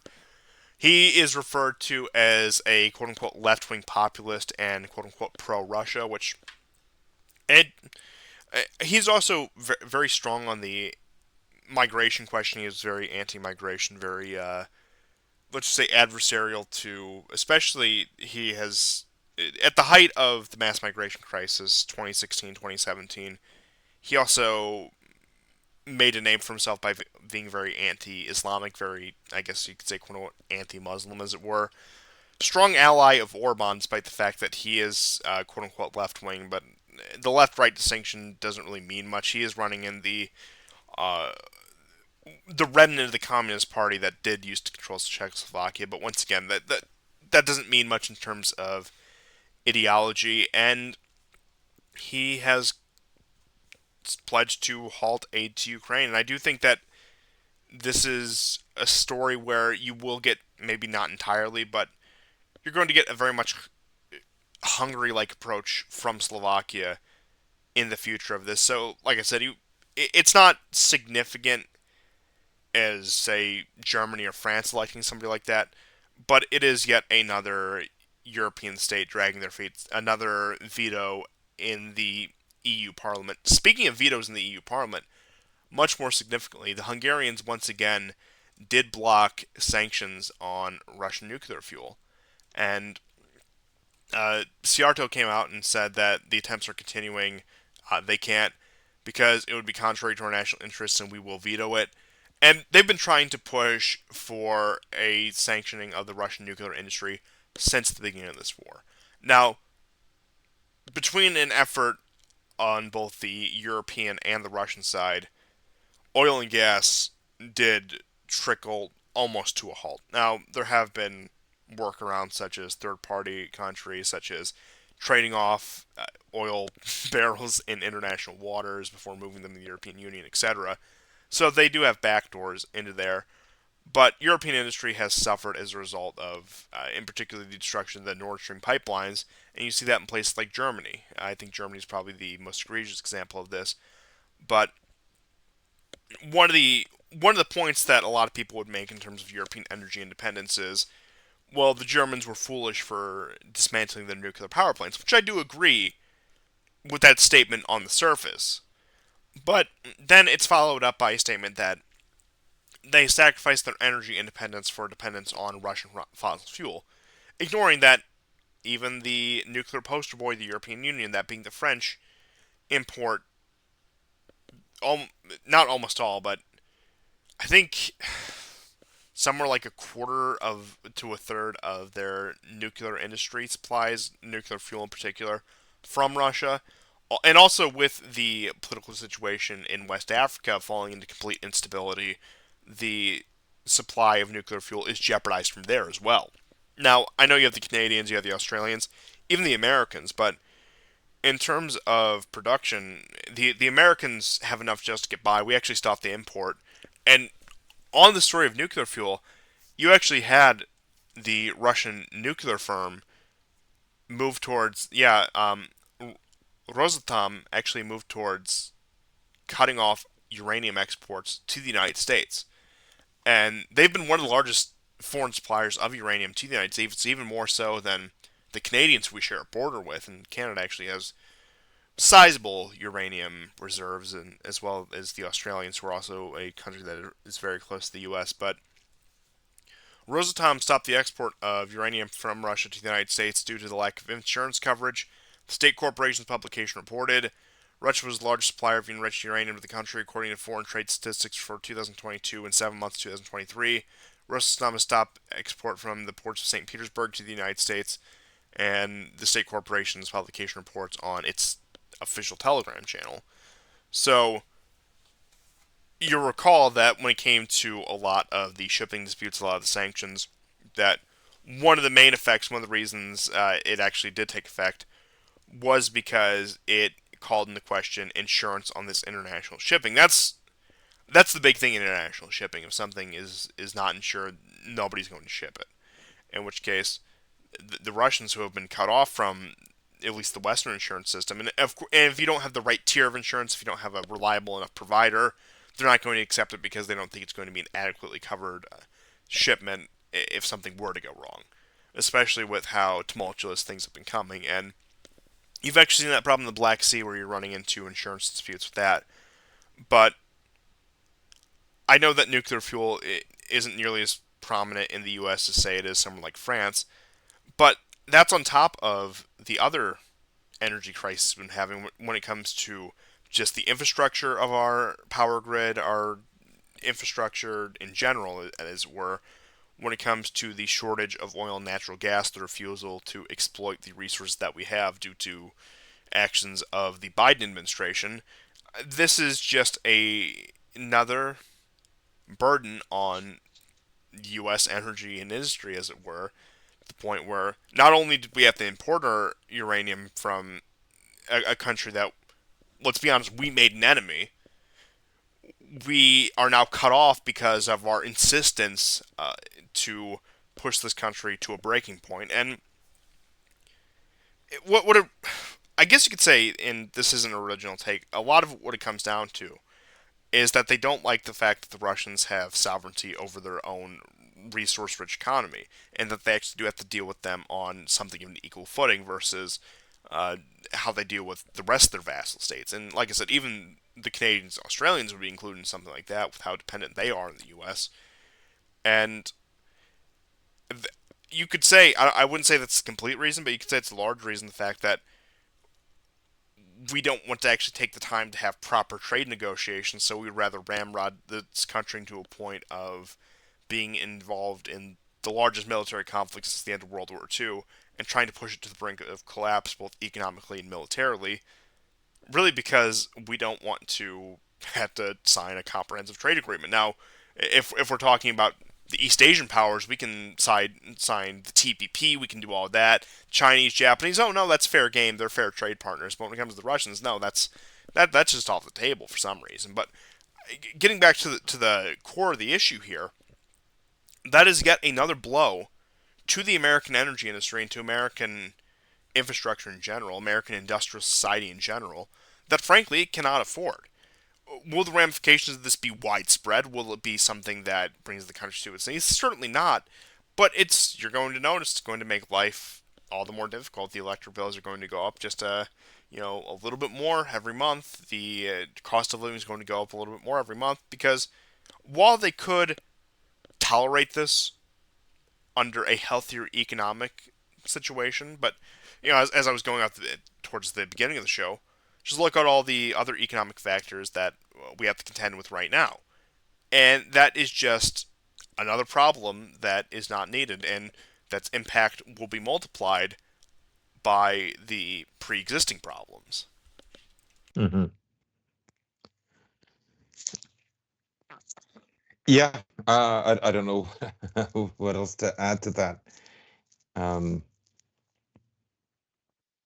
And one last piece of, I guess, Eurasian news you can call it before we get into some of the stuff about Azerbaijan and Nagorno-Karabakh is Kazakhstan put out a statement on September 28th, and in short, Kazakhstan has pledged to follow the sanction regime, but you look at the actual trade records, trade with Russia has increased, quote unquote, breaking historical records. So yeah. President Tokayev of Kazakhstan said his country will definitely follow the sanctions regime against Russia, and he said this to German Chancellor Scholz, and to quote directly, Kazakhstan has clearly stated that it will follow the sanction regime. We have contacts with the relevant organizations to comply with the sanction regime. It seems to me that there should not be any concern on the German side regarding possible actions aimed at circumventing the sanctions, said the president of Kazakhstan. And then you have reports actually from the office of the Russian Prime Minister that trade turnover between Russia and Kazakhstan in 2022 amounted to a record 2 trillion rubles despite sanctions, and that you had the Prime Minister of Kazakhstan, Smilov, saying that the 2022 figure increased by 6%. So, uh, Mishustin, the Prime Minister of Russia, also said at the end of September, a few days ago, that trade between Russia and Kazakhstan was quote unquote breaking historical records. Under the conditions of the sanctions restrictions, Russia is interested in the possibilities of cooperation with the Eurasian Economic Union countries. Kazakhstan is actively implementing its plan to diversify the economy and reduce dependence on extractive activities and expects significant growth in processing, including attracting new industrial investors who have been promised generous benefits, blah, blah, blah, blah, blah, blah. The point being is, you do have this game going on between Kazakhstan, which almost fell to a color revolution, actually just a month before the Ukraine war started, in which case I do think that was probably a large part of the Yeah. reason why you did have a military response by Russia given the situation in Ukraine. But it does seem like the Kazakhs have worked themselves into a position where they are going to co-sign all the American statements. They're going to nod and smile at Washington, but in terms of how they actually conduct themselves, they are going to continue trade with Russia. And Kazakhstan, massive economy, also once again massive uranium reserves. And perhaps now that Well, we have the dispute between U.S. and Russian uranium, we could see attempts at a color revolution in Kazakhstan again to open up those markets. But once again, you have a country that does seem interested in playing both sides of this conflict, as it were. But in terms of getting them to cut off Russia with the amount of increase in trade, that does seem just completely unrealistic. yeah. Now, it was announced in mid-September, but last week, Biden did meet with um, delegations from the five stand countries that include Kazakhstan, but also Uzbekistan, Tajikistan, Kyrgyzstan, and um, maybe Turkmenistan. I'm not sure, but five of them did go there for meetings. I mean, they're obviously trying to set something up. Like they know that part of the Russian success right now is because their economy is literally stronger. They're the fifth economy in the world right now. They've taken over Germany. Germany is sliding. France and Britain have gone down a peg since the last 15 years. Indonesia has gone up. Um, so they know that they're in a bind right now, and they're hoping.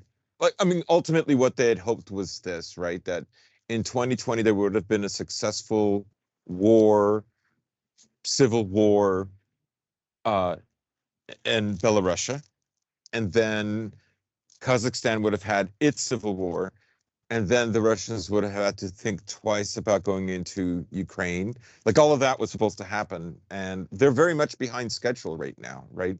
As I've always said, in 2014, the Americans were banking that they would have 2014 would mark the time that they would begin construction of American NATO Air Force base, you know, naval bases in Sevastopol, right? Um, and so they're they are they're 10 years behind schedule in that regard. Yeah, and does seem that despite everything, they are still dedicated to that goal. Now, how that will actually come to fruition, who knows? I mean,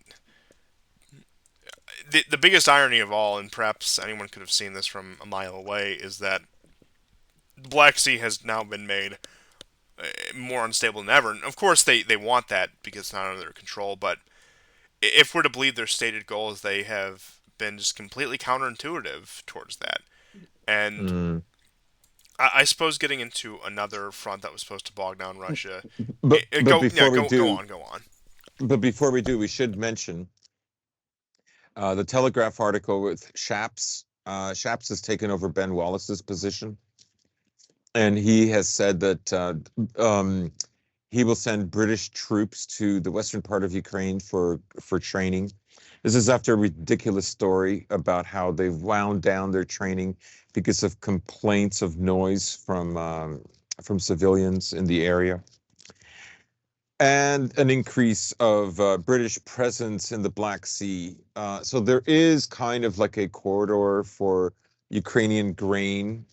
Now, the Russia's never sunk a civilian vessel in the Black Sea since the SMOs started, right? They don't attack them. What they do is, you know, they suspect that you're delivering arms, which they are, using these vessels. And what they'll do is they'll destroy the vessels and the ports once they're docked. Like they don't care like when you're on the sea. That's fine. That's why Odessa, Nikolaev, and other regions in Ukraine where they still have some kind of shipping is happening. In fact, the Romanians in the Ismail and Reni area of southern Ukraine have put up air defense systems there because they know even if one of these missiles goes askance and goes into Romanian soil, they're not going to call for Article 5. Uh, Maybe in the next 45 days, that's a possibility because they're desperate.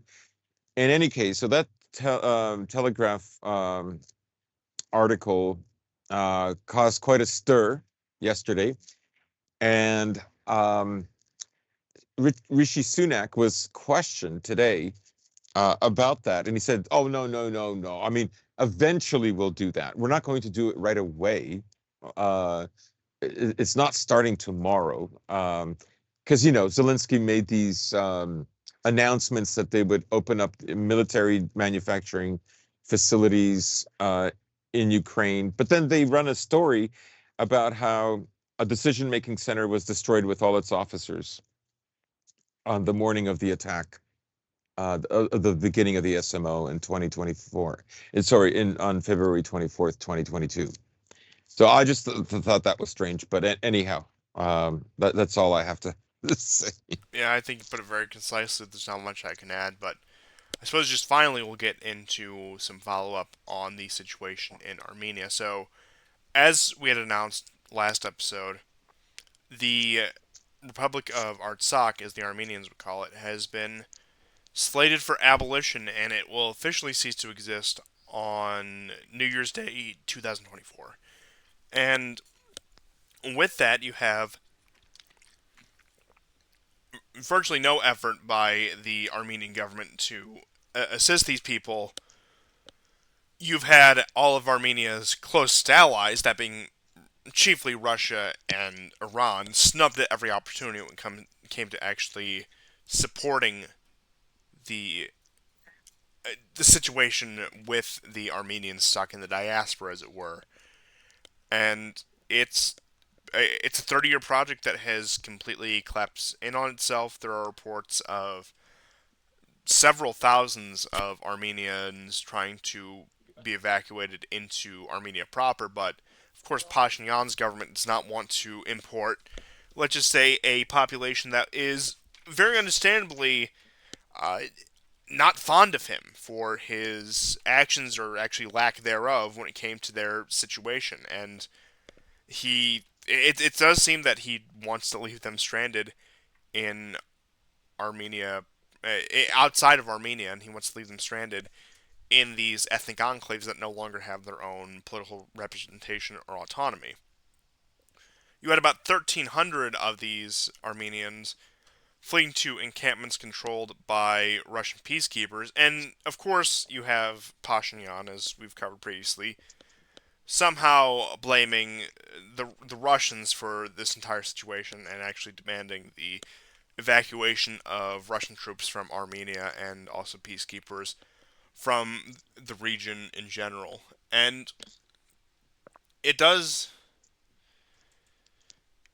I mean, it really is a sign of things to come, and there's really not much that can be done at this point. And it, I mean, look at what happened before all of this unfolded. Blinken visits Pashinyan. Um, Samantha Power just went in there 3, 4 days ago. The French announced that they're going to put military bases there after they announced that they're leaving Niger. Um, at the moment that this crisis began, U.S. military was training with Armenian military on crowd control.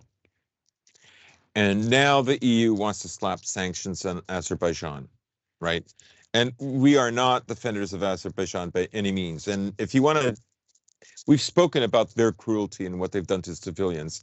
And this latest outburst of violence there is no exception.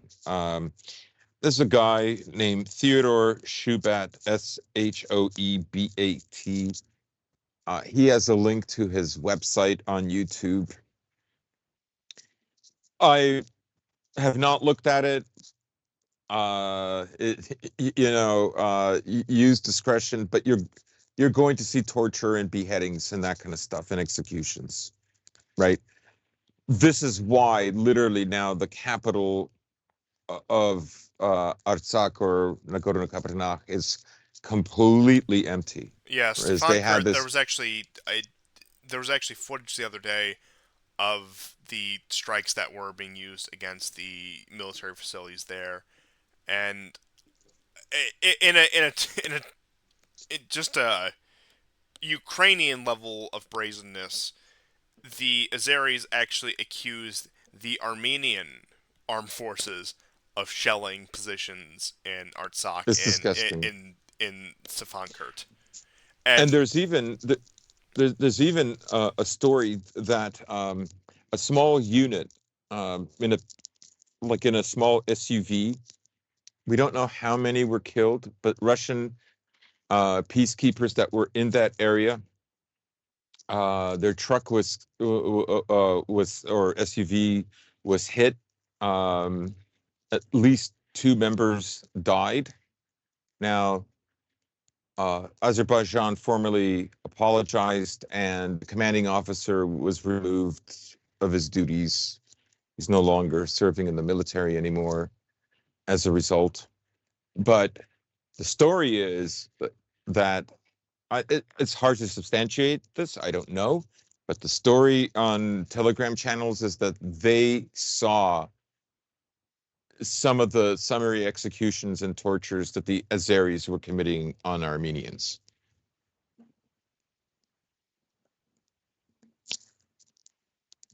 yeah,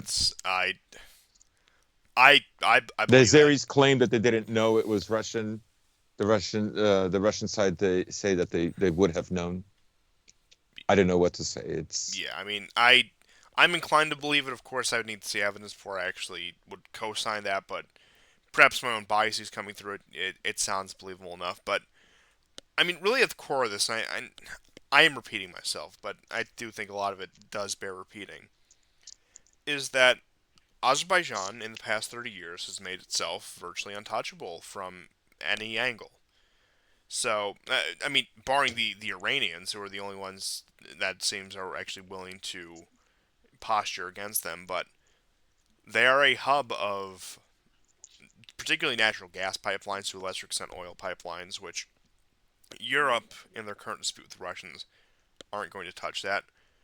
Russia still has a very cooperative economic relationship with others, Azerbaijan, despite the fact that their regime is by no means pro-Russian. In fact, very much so aligned with Turkey and Israel in particular, which is a backdoor for NATO and the American empire, as we all know. And the Americans, like I said, they have their backdoor in there. They have no interest in rocking the boat. They have maybe Aliyev isn't exactly their puppet, but certainly he's far more favorable than a lot of the candidates that could be in power in Azerbaijan. And then you have Armenia on the other hand. Now, I mean, no disrespect to the Armenians. I have a very positive opinion of them as people in a nation. But in terms of what they've been left with, in terms of their fate over the past century, they are a rump state with nothing to leverage against the world. I mean, the only thing they do have to leverage is just their status as an ancient civilization, really, which once again does carry weight, does carry prestige. But even they failed to use that by they want to they want to stand triumphantly on their status as an ancient civilization by appealing to liberal democracies who couldn't care less and actually probably have quite a contemptuous view of something like that. I mean, how much do you think the elites in Washington, Brussels, Paris, London actually think about a country that constantly and justifiably so touts its status as the first nation to adopt Christianity as a state religion, has these ancient connections. Once again, you're talking to a crowd of people who are fundamentally anti-history, anti-civilization, who relish in tearing these things down. You really think that they were going to sacrifice life and limb in order to preserve that just because you're on the periphery of Europe? No, no, not at all. And then, of course, they leverage themselves against the Russians, who were really the only country that had their back, barring the Iranians on this. But especially when it came to the situation with Karabakh, with Artsakh, they were any support Armenians had as a people was it couldn't be carried out because you had the Armenian state outright disavowing their diaspora population in neighboring countries. So if the Armenian state itself is going to do that, you're not going to have any actions from particularly the Russians or the Iranians that are going to be able to do that. They're not going to go to the head of the Armenian state, as it were. I mean, not that the Armenian state has any sort of great power, but point being is they're not going to do something on their behalf when they deny it themselves. So they were left, the people, the Artsakh population was left with no recourse from anyone, and that's largely because of the actions of the Armenian state. If the Armenian state, they could have very easily pushed the issue. Even if they did want to kiss the feet of NATO, even if they did want to capitulate to the West, they still could have pressed the issue against Azerbaijan. Would have put NATO in a very awkward position. Would have put everyone in a very awkward position. But like I said, if they had that capability, they had that ace up their sleeve that they really could have said, no, because of how it played out in '92, these are our people. We have a certain obligation to them. We have to abide by certain treaties. Now, whether those treaties actually said that, once again, treaties can be very liberally interpreted when needed, when need be. But I find myself repeating again. At the end of the day, Pashinyan in particular left these people with no recourse from anyone either inside or outside of Armenia, and that is the fate they are suffering now. And like I said, who knows what's going to come to this population? We've seen what the Azeris have done to them in terms of reprisals. So in terms of them just being an unmolested ethnic minority, that's most likely not going to happen. They've been forced to disarm in that regard, so that makes brutality against them even more likely.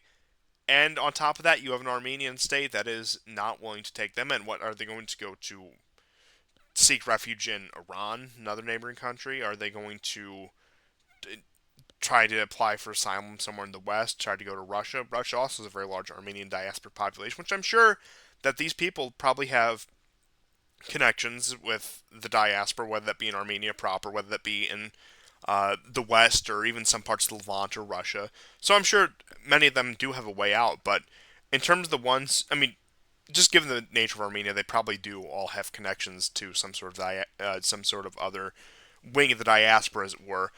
But do they actually have the means to get out themselves? And this certainly isn't a wealthy processor population. It's not third world conditions by any means, but it's what you expect from a post-Soviet nation. That's the kind of conditions these people are living with. So, in terms of picking up and moving somewhere else, that's going to be a very arduous task with what little they have. And at this point, they have even less so, having it forcibly taken from them. I mean, how many of them do you think had to abandon life savings, valuable possessions, in being driven out of their homes? Certainly, I would say probably the majority of them had to abandon something of even not just sentimental value, of great actual material value that could have helped them get out of this situation. And they're completely stranded now in this situation just because the Artsakh Republic has surrendered, just because it ramped the white flag and has agreed to its own abolition. The situation is not over for these people, and it's going to be Mhm. something that is going to be, if worst case scenario happens, if these people are ethnically cleansed in the most extreme sense, it's going to be a blemish on everyone's record. Now, I'm like I said, I clearly don't think that indiscriminate targeting of civilians is okay in any circumstance, but also I'm not going to stand on some sort of soapbox, get like in moral grandstand, like I have any sort of authority over that or has any sort of strings to pull in order to prevent that. But just in terms of how things are realistically going to view, it's going to be a blemish on everyone's record, whether it be the West, even the Iranians and the Russians in that regard, if no effort is made on these people's results. And like I said, I'm not trying to be a bleeding heart here when it comes to, oh, we have to welcome endless refugees. But in terms of what's actually happening right now, I do think that if the Armenian state proper is going to refuse to help these people, they have far more of a legitimate claim to get the hell out of Azerbaijan than say North African economic migrants do landing on the shores of southern Europe. Yeah, it's a horrible situation. The Azeris are now taking down crosses and destroying churches. Yeah, what can I say? I mean, these are big public crosses on hilltops and so on. And I also think it's kind of interesting that today there was a very early morning there was an attempted um, suicide attack on the Interior Ministry of Turkey in Ankara, in the capital. The video footage is just crazy. It's just a car. It stops in front of the gate. The building, you would presume from looking at the image, is well behind. So this is some kind of a gate with a little patrol house there, and you have to say who you are and why you want to enter, and so on and so on. And one of the two guys just gets out of the car, he starts walking, and he blows himself up. Now, I think I don't know who that is. The other guy was eliminated. He was killed on the spot. But I do think there's something about the timing, right? Like a few hours before, I'm reading that Azerbaijan is going to be sanctioned, and then there's a terrorist attack in Ankara. And I'm going to presume that the Interior Ministry has to deal with domestic security. Like, it's very symbolic. Obviously, this guy was going to achieve nothing, but it's some kind of a warning. So I'm wondering, like, obviously, I'm convinced, like, either the U.S. is behind it, or they have, like, you know, because they sponsor just the worst people in the world. And it's somebody that feels brazen, right? Like, it could be a Kurd. I don't know. I don't know. Do Kurds do that? I don't know. But I do think that the timing is very interesting. Very, very interesting. Well, I think in that regard, I agree with you. It is the usual suspects that are behind something like this. But now that the Azeris have been emboldened and looking at the kind of people they do have connections to, and like I said, despite rocky relations right now between the U.S. and Turkey, but I think the Israel connection is more likely in this regard. Azerbaijan is going to be used as most likely, if not the state actors themselves, if not Aliyev and his government itself, the territory of Azerbaijan is probably going to be used as a spearhead for asymmetrical attacks against Iran and Russia at this point. Because I don't think so. oh, I don't think really? Go, so. please, please, No, get, please, please go on. I think the possibility of doing that with Iran, yes, but not Russia. Okay, I don't think so. I, I can. I think Armenia fulfills that role. I think what the U.S. wants is a foothold in the Southern Caucasus, and Armenia fulfills that. I don't think they believe they can trust either Azerbaijan or Turkey.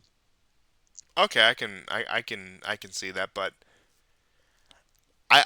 Can Azerbaijan be a thorn in Iran? Yeah, of course. Right, like Mech and all those people can probably find safe haven in Azerbaijan, but um, I don't think Azerbaijan is not going to turn against Russia. They might want to make them do that. Um, Azerbaijan is not in any way like some kind of a great friend of Russia, anyways. But I just think Azerbaijan has more to lose, and tacitly, the U.S. and the French have decided that they're going to protect Armenia. I mean, the whole reason that Pashinyan did this is he knew the score for a long time. You know, if you can manage to give up Nagorno-Karabakh one way or another, right? We can promise you entry into NATO and the EU, and he went for it. I mean, we've already discussed he was already funded by George Soros, anyways, and his little campaign on the bicycle that he did in 2018.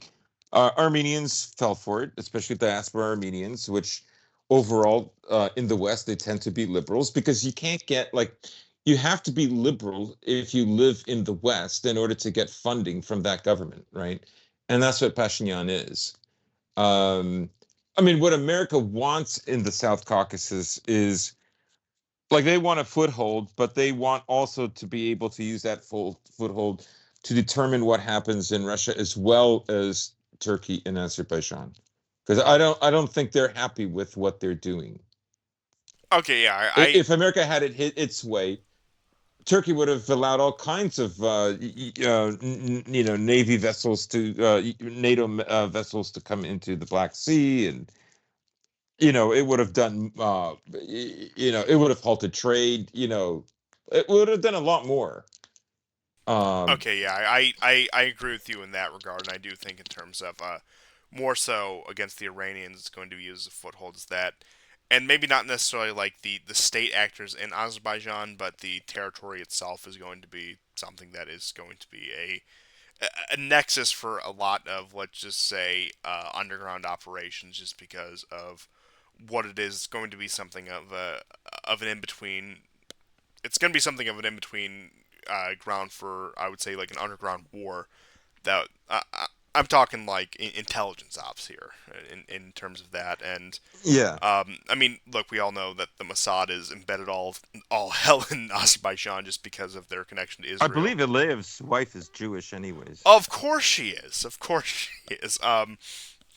Yeah, but in terms of the actual Azeri state, I don't see any sort of warm, friendly feelings between the U.S. and the West in general and in Azerbaijan. I do think that, yeah, they've talked the Armenians a into the situation that you prescribed. I think they tried to do it with the Georgians, but the Russians were able to counteract that soon enough in 2008 in order to prevent that because Georgia now has it's at the same impasse Ukraine was at, where it can't join NATO because it has separatist regions inside of it. In which case, yeah, that just bars. Now they've been trying to push Georgia for years, and even though Georgia hasn't exactly become quote unquote pro Russia again, they certainly aren't taking the hardline color revolution stance that they may have in 2008, 2009, in the early 2010s, as it were. So I guess Armenia was really the last option. It gives them that foothold in the Southern Caucasus, in which case, yeah, they will do what they do to all their NATO clients and just systematically destroy the nation from inside and outside. And there's really not much else you can say in that regard. And I would imagine now that they've worked a pretty good rift between the Armenians and the Russians. Like I said, I as much as rhetoric against the Iranians has toned down in the past few years because there's been larger concerns, I do think they still want to eliminate Iran as a player in the sense that it has been over the past few years, especially now that they've come to some agreements with Saudi Arabia. Certainly, relations aren't fully normalized, but they are on that path, thanks mainly to Chinese diplomatic efforts. But I do think that the next move is to sow discontent between Armenia and Iran, in that uh, while, of course, Russia and Turkey are, I would say, major concerns, that even though it might not be something that's publicly addressed, I do expect activities against Iran to ramp up in the near future with the development of the Caucasus. I mean, look, anything is possible to sway Azerbaijan to go after Russia. However, here's what I see. They want that one part of Azerbaijan that is locked behind Armenia proper. Okay. They would like some kind of access way, and I'm not convinced Azerbaijan is going to stop. Yeah, absolutely.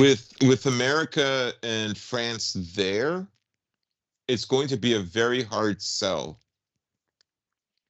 to Armenia to lose even land that isn't disputed land, Yes. right? That's what makes it really hard. And Erdogan has really carved a kind of third position for himself. And for him to side with the Americans will mean his own downfall, inevitably. Oh, absolutely. And Yeah, at this point, it's a foregone conclusion. yeah, so it's better, and Azerbaijan will follow what Turkey does. Um, Again, they want this corridor. Maybe it's something that they're going to put off for quite a while, but now they have, like, America would like to have Azerbaijan because then they can get a presence in the Caspian Sea. They have no presence in the Caspian Sea. But for Azerbaijan to do that, Azerbaijan would already have to be weak. And is it in Azerbaijan's interest? Because now they have nearly an unbroken chain from Turkey to Azerbaijan to the Caspian Sea, and therefore to Turkmenistan and Kazakhstan, to name some of the stands that have um, uh, shores along the Caspian Sea for trade. They know what America wants. America's toehold in the South Caucasus is also about disrupting trade from Iran to Russia vis-a-vis the Caspian Sea. This is also why they invited the five stand leaders over to Washington, and why they're courting them, right? But at the same time, these leaders have been in the past, especially with reference to Afghanistan, they've been willing to kick out the Americans. And I think they're doing a positional game very similar to Erdogan. They're not crazy about the Russians or the Americans. They're trying to carve out something for themselves. They would have to be in a very weak position where they could be promised all kinds of things like they were in the 90s when Russia was particularly weak.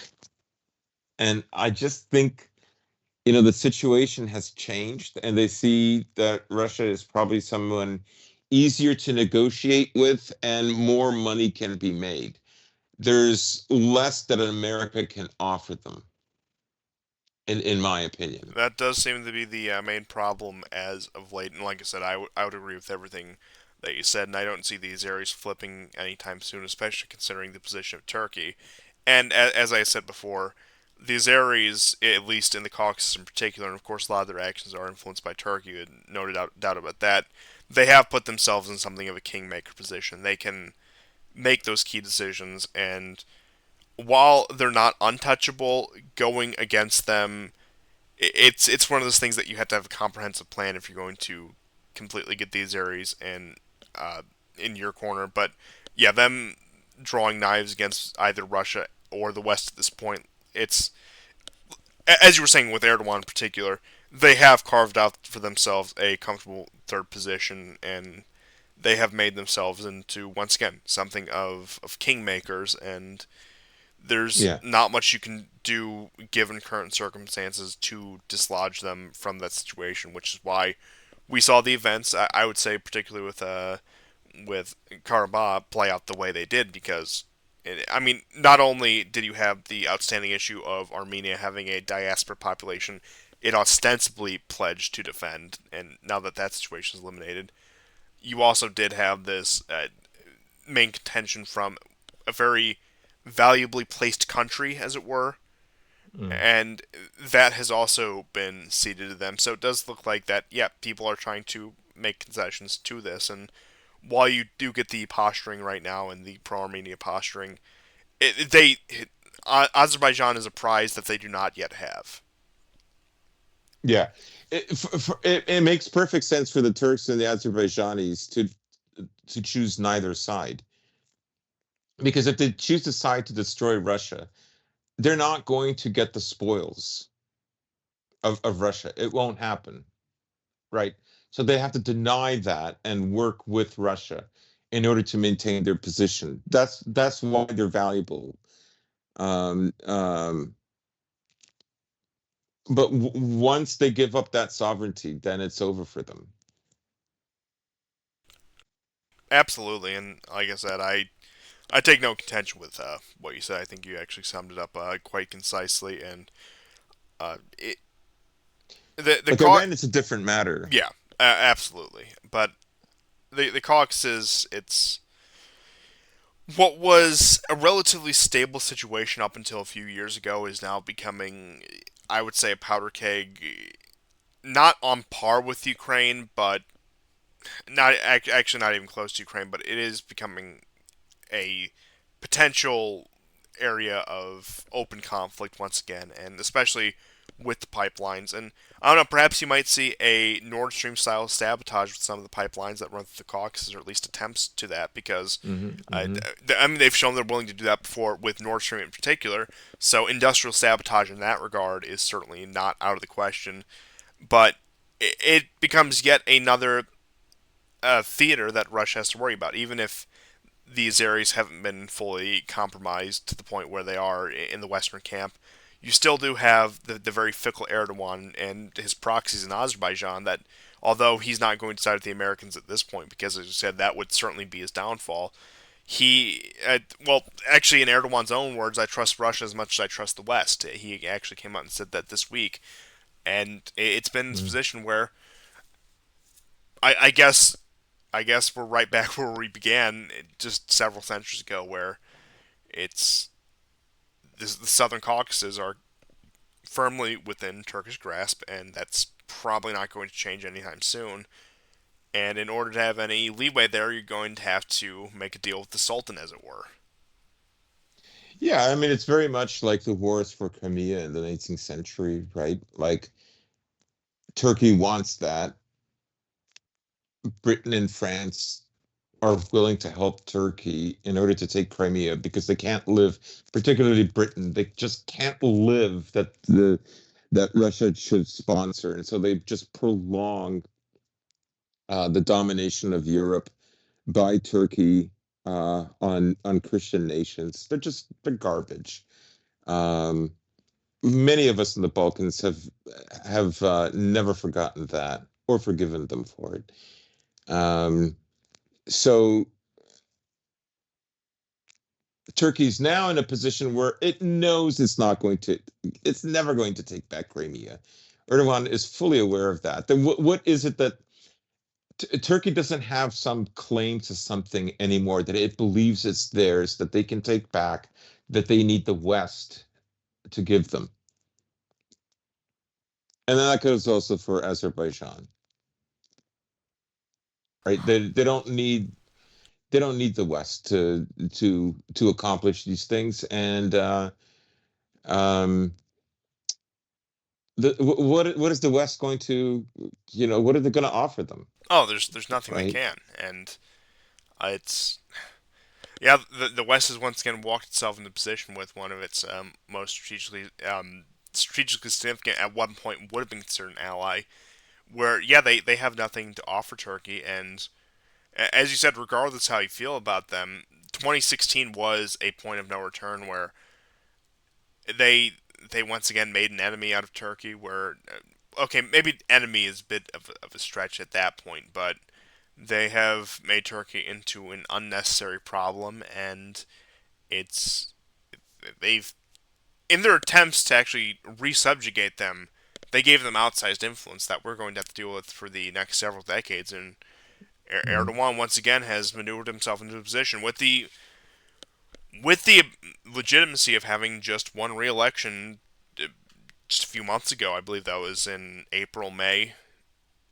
It's Yeah, yeah. him and his ideas and his approach to regional politics are here to stay, and it's going to be something that once again, say what you will about the man, but he has restored Turkish power and prestige to a great He degree. has, And even despite the and economic he's situation, he's like I said, in terms of Turkey's influence, in terms of uh, what it's put itself in on the global stage, punches far above its weight. You just yep.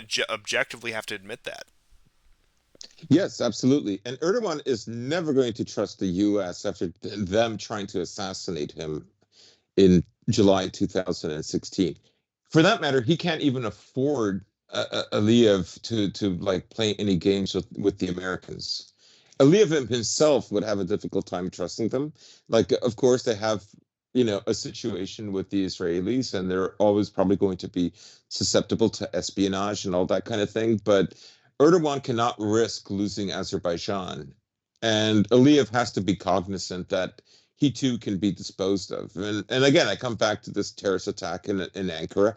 Obviously, it was for show. Obviously, this guy wasn't going to get far anywhere. I mean, he decided to blow himself up right at the gate. Um,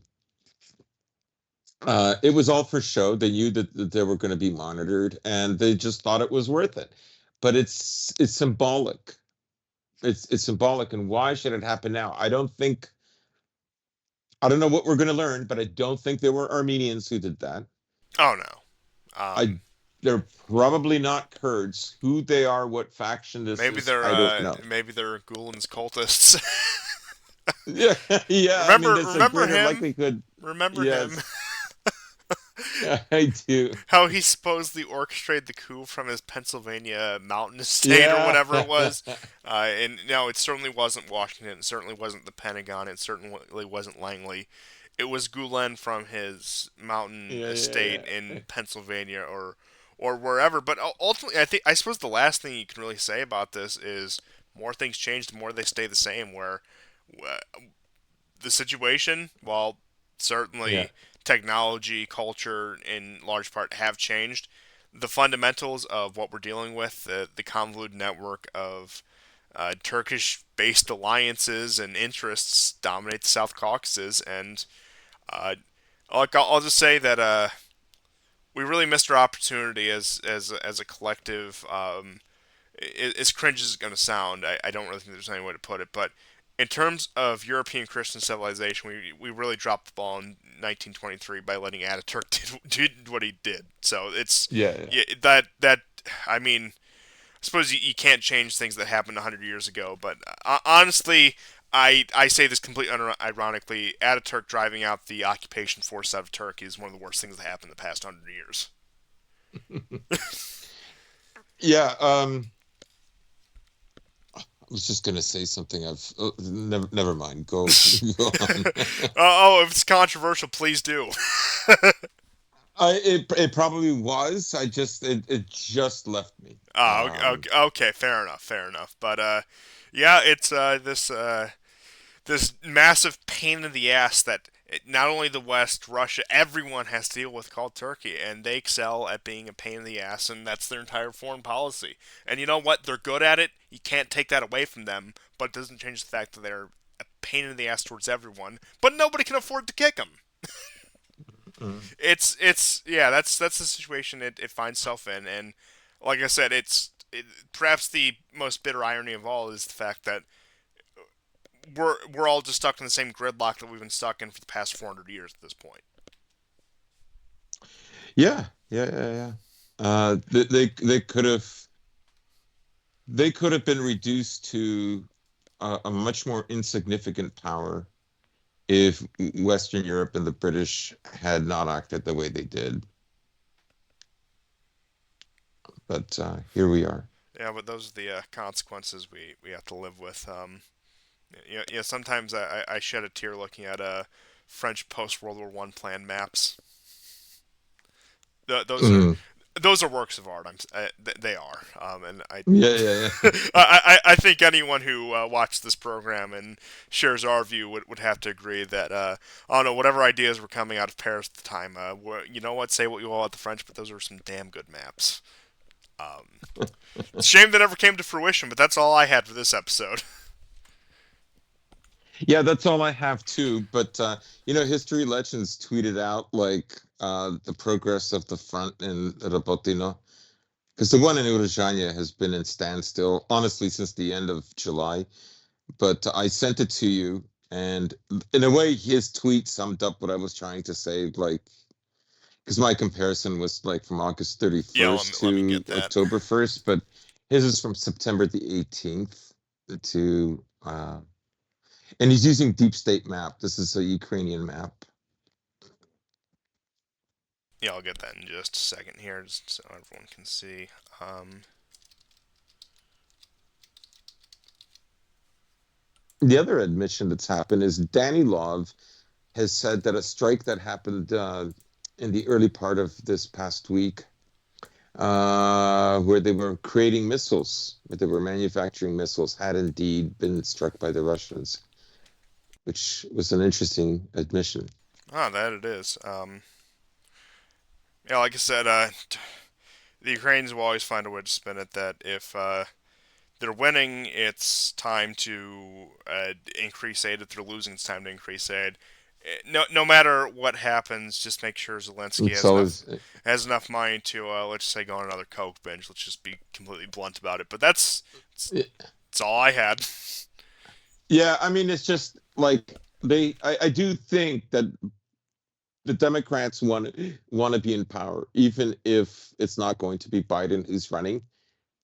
And I think that they do have to find a way to at least fund this war till the elections next year. I do think they're obligated to do that. How they do that on a more restricted budget, perhaps. Maybe Ukraine takes a defensive role. I don't know, but I think that's the situation that they're in right now. You can see how slow the progress has been, right? And I gave Yes, you absolutely. the comparison from August 31st to September Yeah. 18th, and it's barely smaller than what you see there. Yeah, I still have Anyways, the yeah, 18th to that's the first up today, but yeah, thank you everyone for tuning into yet another episode of the thank War you. Report. We will certainly have more to come as these stories do continue to develop, and we'll see you guys next time. And goodbye. Goodbye and take care, guys. God